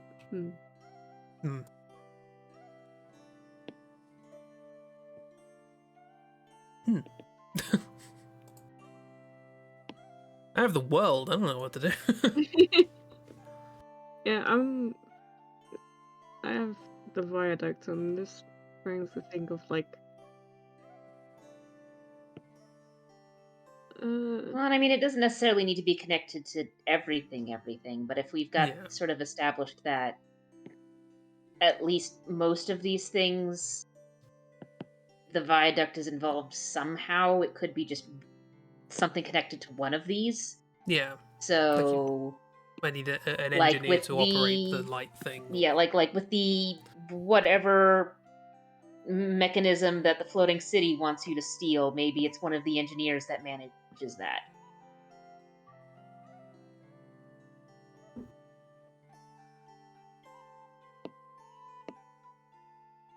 Or maybe with the Crash the Floating City for nostalgia, maybe there's someone on the viaduct that mans a really big cannon. I don't know. Well, now you've said really big cannon. Actually, this would not be the first really big cannon, would it? Fame and Fortune have a cannon. Yeah, they do. They canonically have a cannon. Because I drew it. Well, there you go. Maybe Fame and Fortune are the people that are manning the cannon, or sold the cannon to someone to man. They absolutely sold that cannon. They will sell. Well, and actually, any that's and another everything. good point. If Fame and Fortune are at least tangentially involved with each of these bad decision-making things, It's like interesting to think of like who did Fame and Fortune talk to make these like ideas exist. yeah. I mean, and obviously the person they talked to with the connection between what the harbor wants from the caves, they've been whispering nonsense in the archaeologist's ear. Yeah, that one's Yeah. obvious, but for the others, it's like, might be like someone else going on who is kind of like taking these whisperings and like making Well, their and own actually, it ideas might be with more than it, one or like person. Because yeah, Fame and Fortune are obviously talking with the archaeologist, but they probably are also whispering things to people in the harbor, which is why they've been making these oil, quote unquote, engines in the first place. yeah, true. I'd also like to Yeah. just draw everyone's attention also to Goo Ghost. Ghost. Ghost. I was thinking it was a trapped soul from ancient times that didn't get released like all of the other entities or something, and now it lives on a shelf in a jar in a harbor. No. It got trapped in goo. It's like one of those formaldehyde jars. Can I just say, I find it deeply annoying how with a couple of strokes of a particular color you can induce reflection so well. Yeah. I keep looking. I can't highlight because I'm on a different layer. But I keep looking at this vial as well, and just the little triangles that you have either side.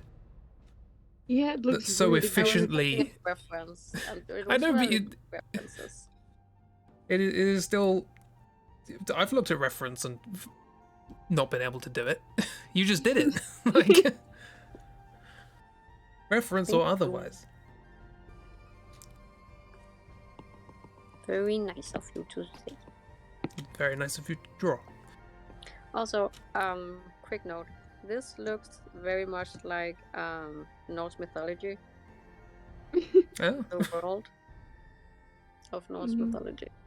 Oh yeah, tree just springing into existence. Oh yeah. Or are you thinking like Midgard, Asgard, Hell? Exactly. Is Midgard exploding? Is that what's happening?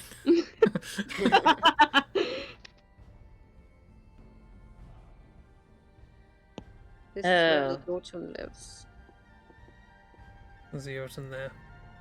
And you have Jormungand around there. That was one thing I never really mentioned in Final Fantasy VII. Was the main city and the main area of the first part of the game is called Midgar.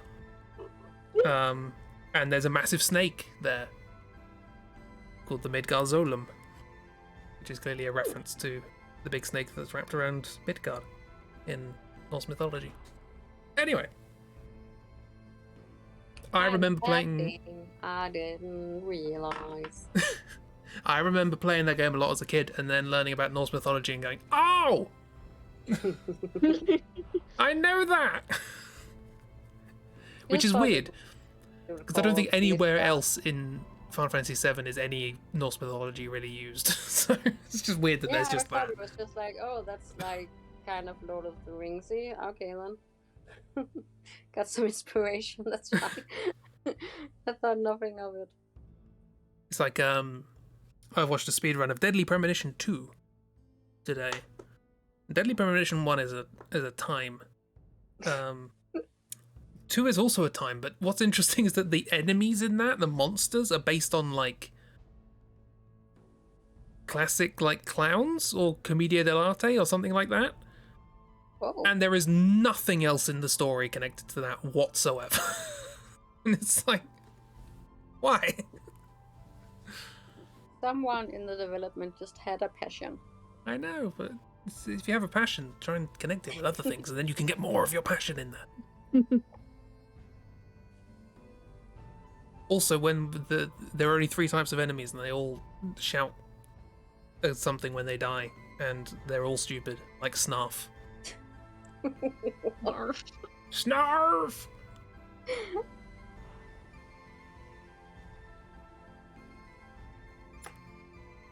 Yeah. I've forgotten what we were talking about prior to Snarf. Poultry?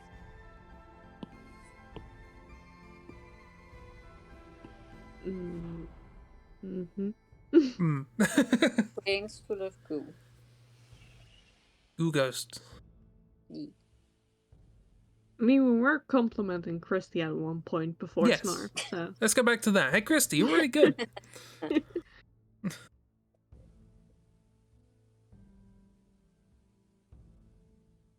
you. You're welcome. I'm making a face.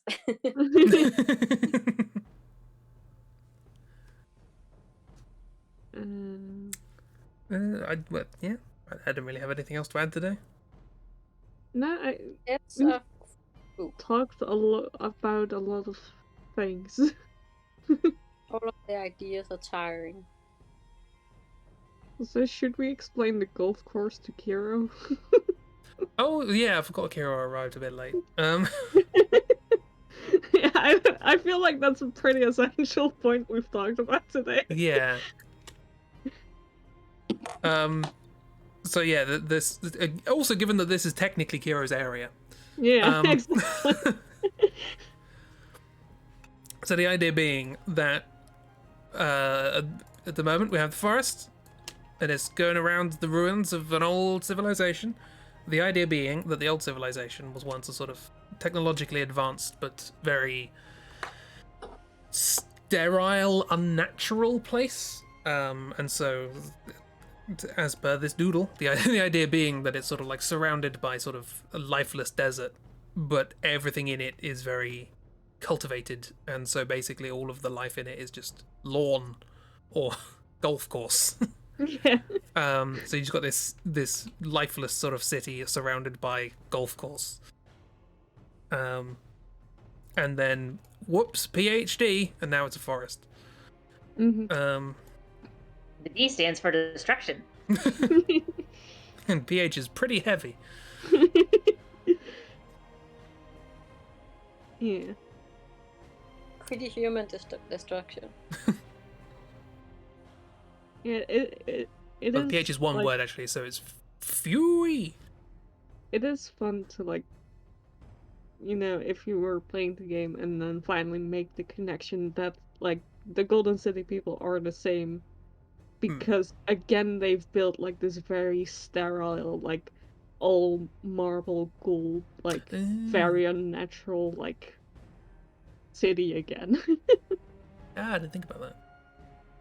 They didn't really have access to the sort of metals that they had before, where they got stone and marble, and Yeah, they can find yeah, like gold. they went in like a different direction, but it's still like that very unnatural, like very like blinding, no nature marble, metal city. It's just not as high technology anymore. Which is what they need from the floating city. Which is very high technology. Yeah. So But, high tech, it's falling apart. This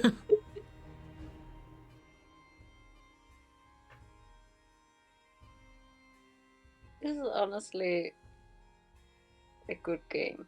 It only took 20 streams for it to start coming together. I mean, considering how long some game development takes. Yeah. Yeah. Sometimes it never does, like Elden Ring. Yeah, that's the thing. Elden Ring. I had Elden Ring on my style sheet for this year, and I didn't know quite how I was going to do it, so I thought I'll just do like concept art, that sort of style. Turns out they haven't released the concept art yet. That's a bit of an issue, but they have announced that they are releasing the concept art in 2 400-page books. What?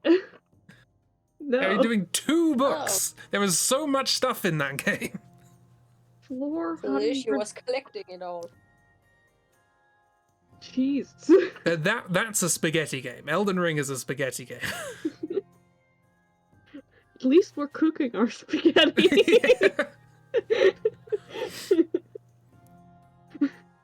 I'd like fairly understandable that they're probably going to do DLC for this thing, but do they have any other ideas left at this point? Do they have another 400-page concept art book that they haven't mentioned yet? Or I now want you to just tweet Elden Ring is uncooked spaghetti without any context whatsoever.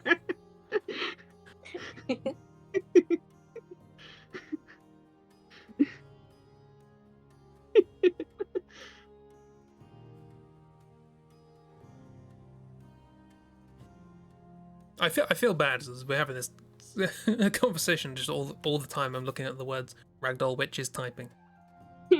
It's a lot of stuff to type. I know, I feel bad.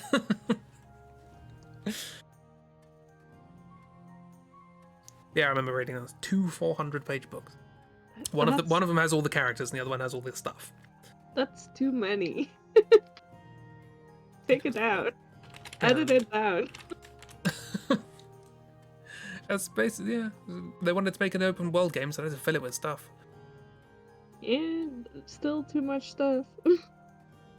The issue I have with art books is that I can just find inspiration online without things having to be printed and cost money and stuff. So I'm always like, I really want art books, but also I have the internet. Yeah. Like, I don't have to. So these books would actually be like, you're never going to run out of inspiration. As somebody who has art books and quite likes owning art books and flicking through them, I can, with quite a high degree of confidence, say, yeah, you don't need them.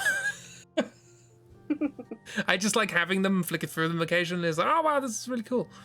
Largely it's to do with, I like a concept art book that shows the concept and its development. So you can sort of see how something turned from an original idea into what was eventually used. And again, I've said before, my favorite concept art book is the Bioshock Infinite one, because almost everything from the start of the concepts when they were just throwing ideas around, completely different from what ended up being in the actual game. And it's sort of fascinating to see sort of what got thrown away and what got kept. And it's really cool things.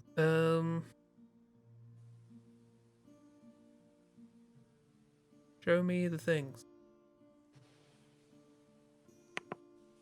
I'm looking for the books.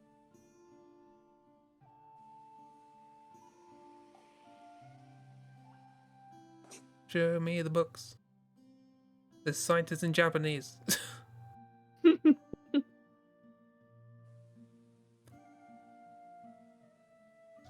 Yes, the official art books are coming.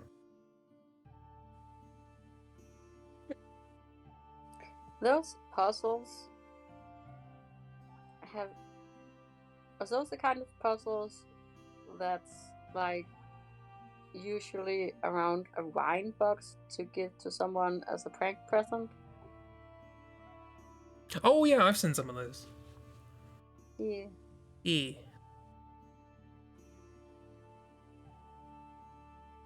Okay, Volume 1 contains art used in the opening cutscene, concept art of fields and dungeons, and arts related to characters and armor. Volume 2 contains art for the various enemies and threats, weapons, items, and stuff. So that's how they'll get split. So if you want to get one or both of the books, which I probably won't. Well, at least they broke it up in a sensible manner, and they've got it labeled, so, like, if there's a particular area you're not interested in, and it's in the other book, you don't have to get the other book. I know, but if you're interested in creating, like, figures, people, characters, monsters, stuff like that, you will have to get both. Because characters are in one and enemies are in another. So... True. The split has to be somewhere, though, so... I would have gone living stuff, inanimate stuff as my split, but that's just me. But yeah, there is also the issue of like how these things are printed, because sometimes concept art books can be printed on paper that makes it very difficult to see. For example, the Bloodborne one, which Bloodborne On math book paper. it's very glossy, which for a game where everything is basically black and grey, it makes things quite difficult to see. Why would you do that? I don't know. But I would also say Because someone who was involved in the production wasn't thinking. Yeah. I would also say or was not aware. if you are thinking of getting the Elden Ring one, just as somebody who owns the Dark Souls and Bloodborne one, probably it's just going to be the concept art, the final concept art for everything that ended up being in the game. So you won't get the stuff I like, which is seeing things develop from an original idea. Oh. Yeah, that's the... Which is understandable, because what FromSoft end up doing is ideas that don't end up in one game get transformed into something else for a new game. So, for example, one of my favourite bosses from Elden Ring was apparently originally going to be in Dark Souls 3. And was seen in like early promotion for it, but then it got cut, reworked, and then reused. Actually, several things. There was a boss from Bloodborne that got cut and got turned into something for Elden Ring. But yeah, point being, is they're very economical with their ideas, and they've saved them up and then made Elden Ring out of all of them. Yeah, they kept the spaghetti, even if it didn't go with the previous meal. Elden Ring is like walking into a supermarket and buying your weekly shop with that massive jar full of pennies you've been saving up. That's what Elden Ring is. Walking up to a cashier with a jar of pennies. They're very environmentally and economically friendly. Yeah. I don't know about environmentally friendly. Well, save printing paper for the concept art. spaghetti.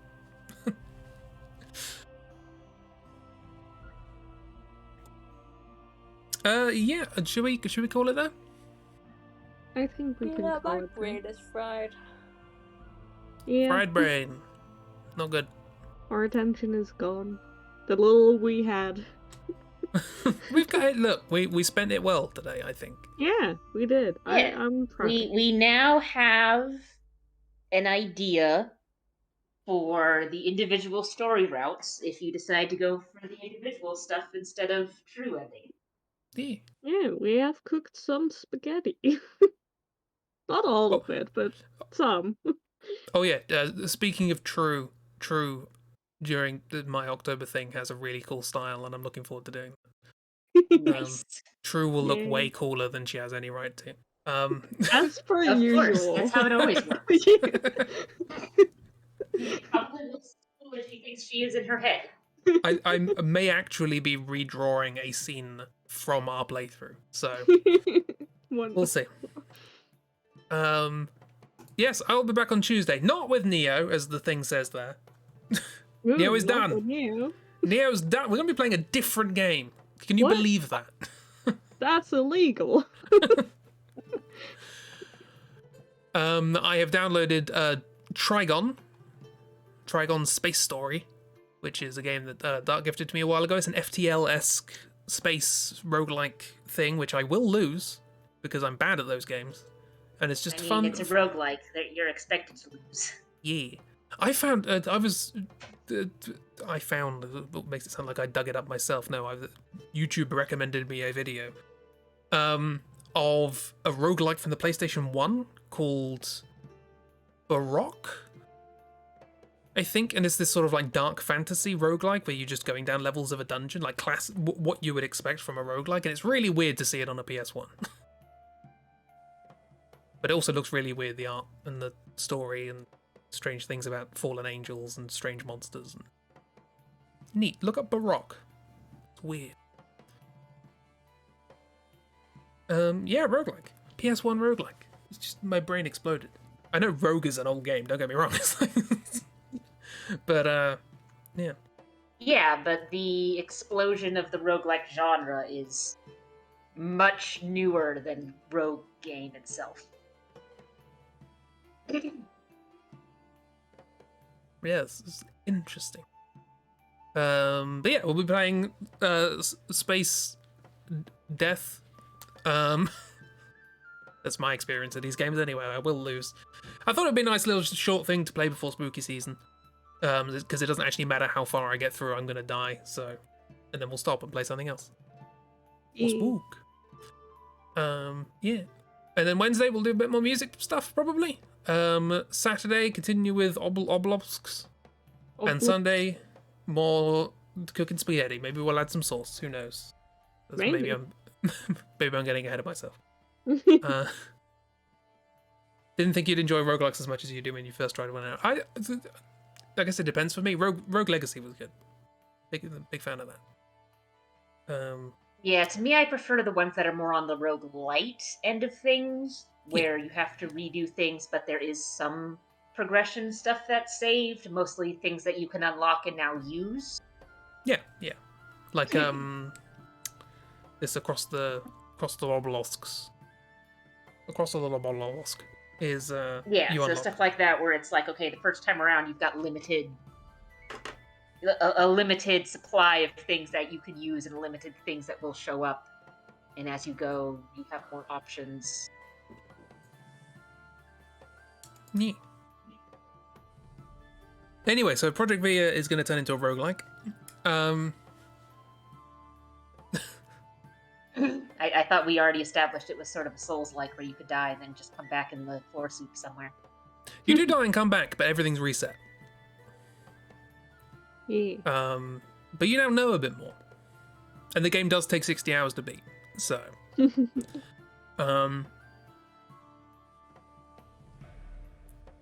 frustrating when you first started, but then you realise what you're doing and fell in love. Sometimes you just got to push through, as I had to with Bloodborne. Oh, that's very angry. Anyway, thanks for coming. Hope you enjoyed. Yeah, we'll be back soon. Thank you very much. Thank you, Jimmy, Christy, and Ragdoll for being here and being smart and sharing ideas. and making nice art. We did it. Yay, we did the thing. Goodbye. Goodbye! Bye. Bye.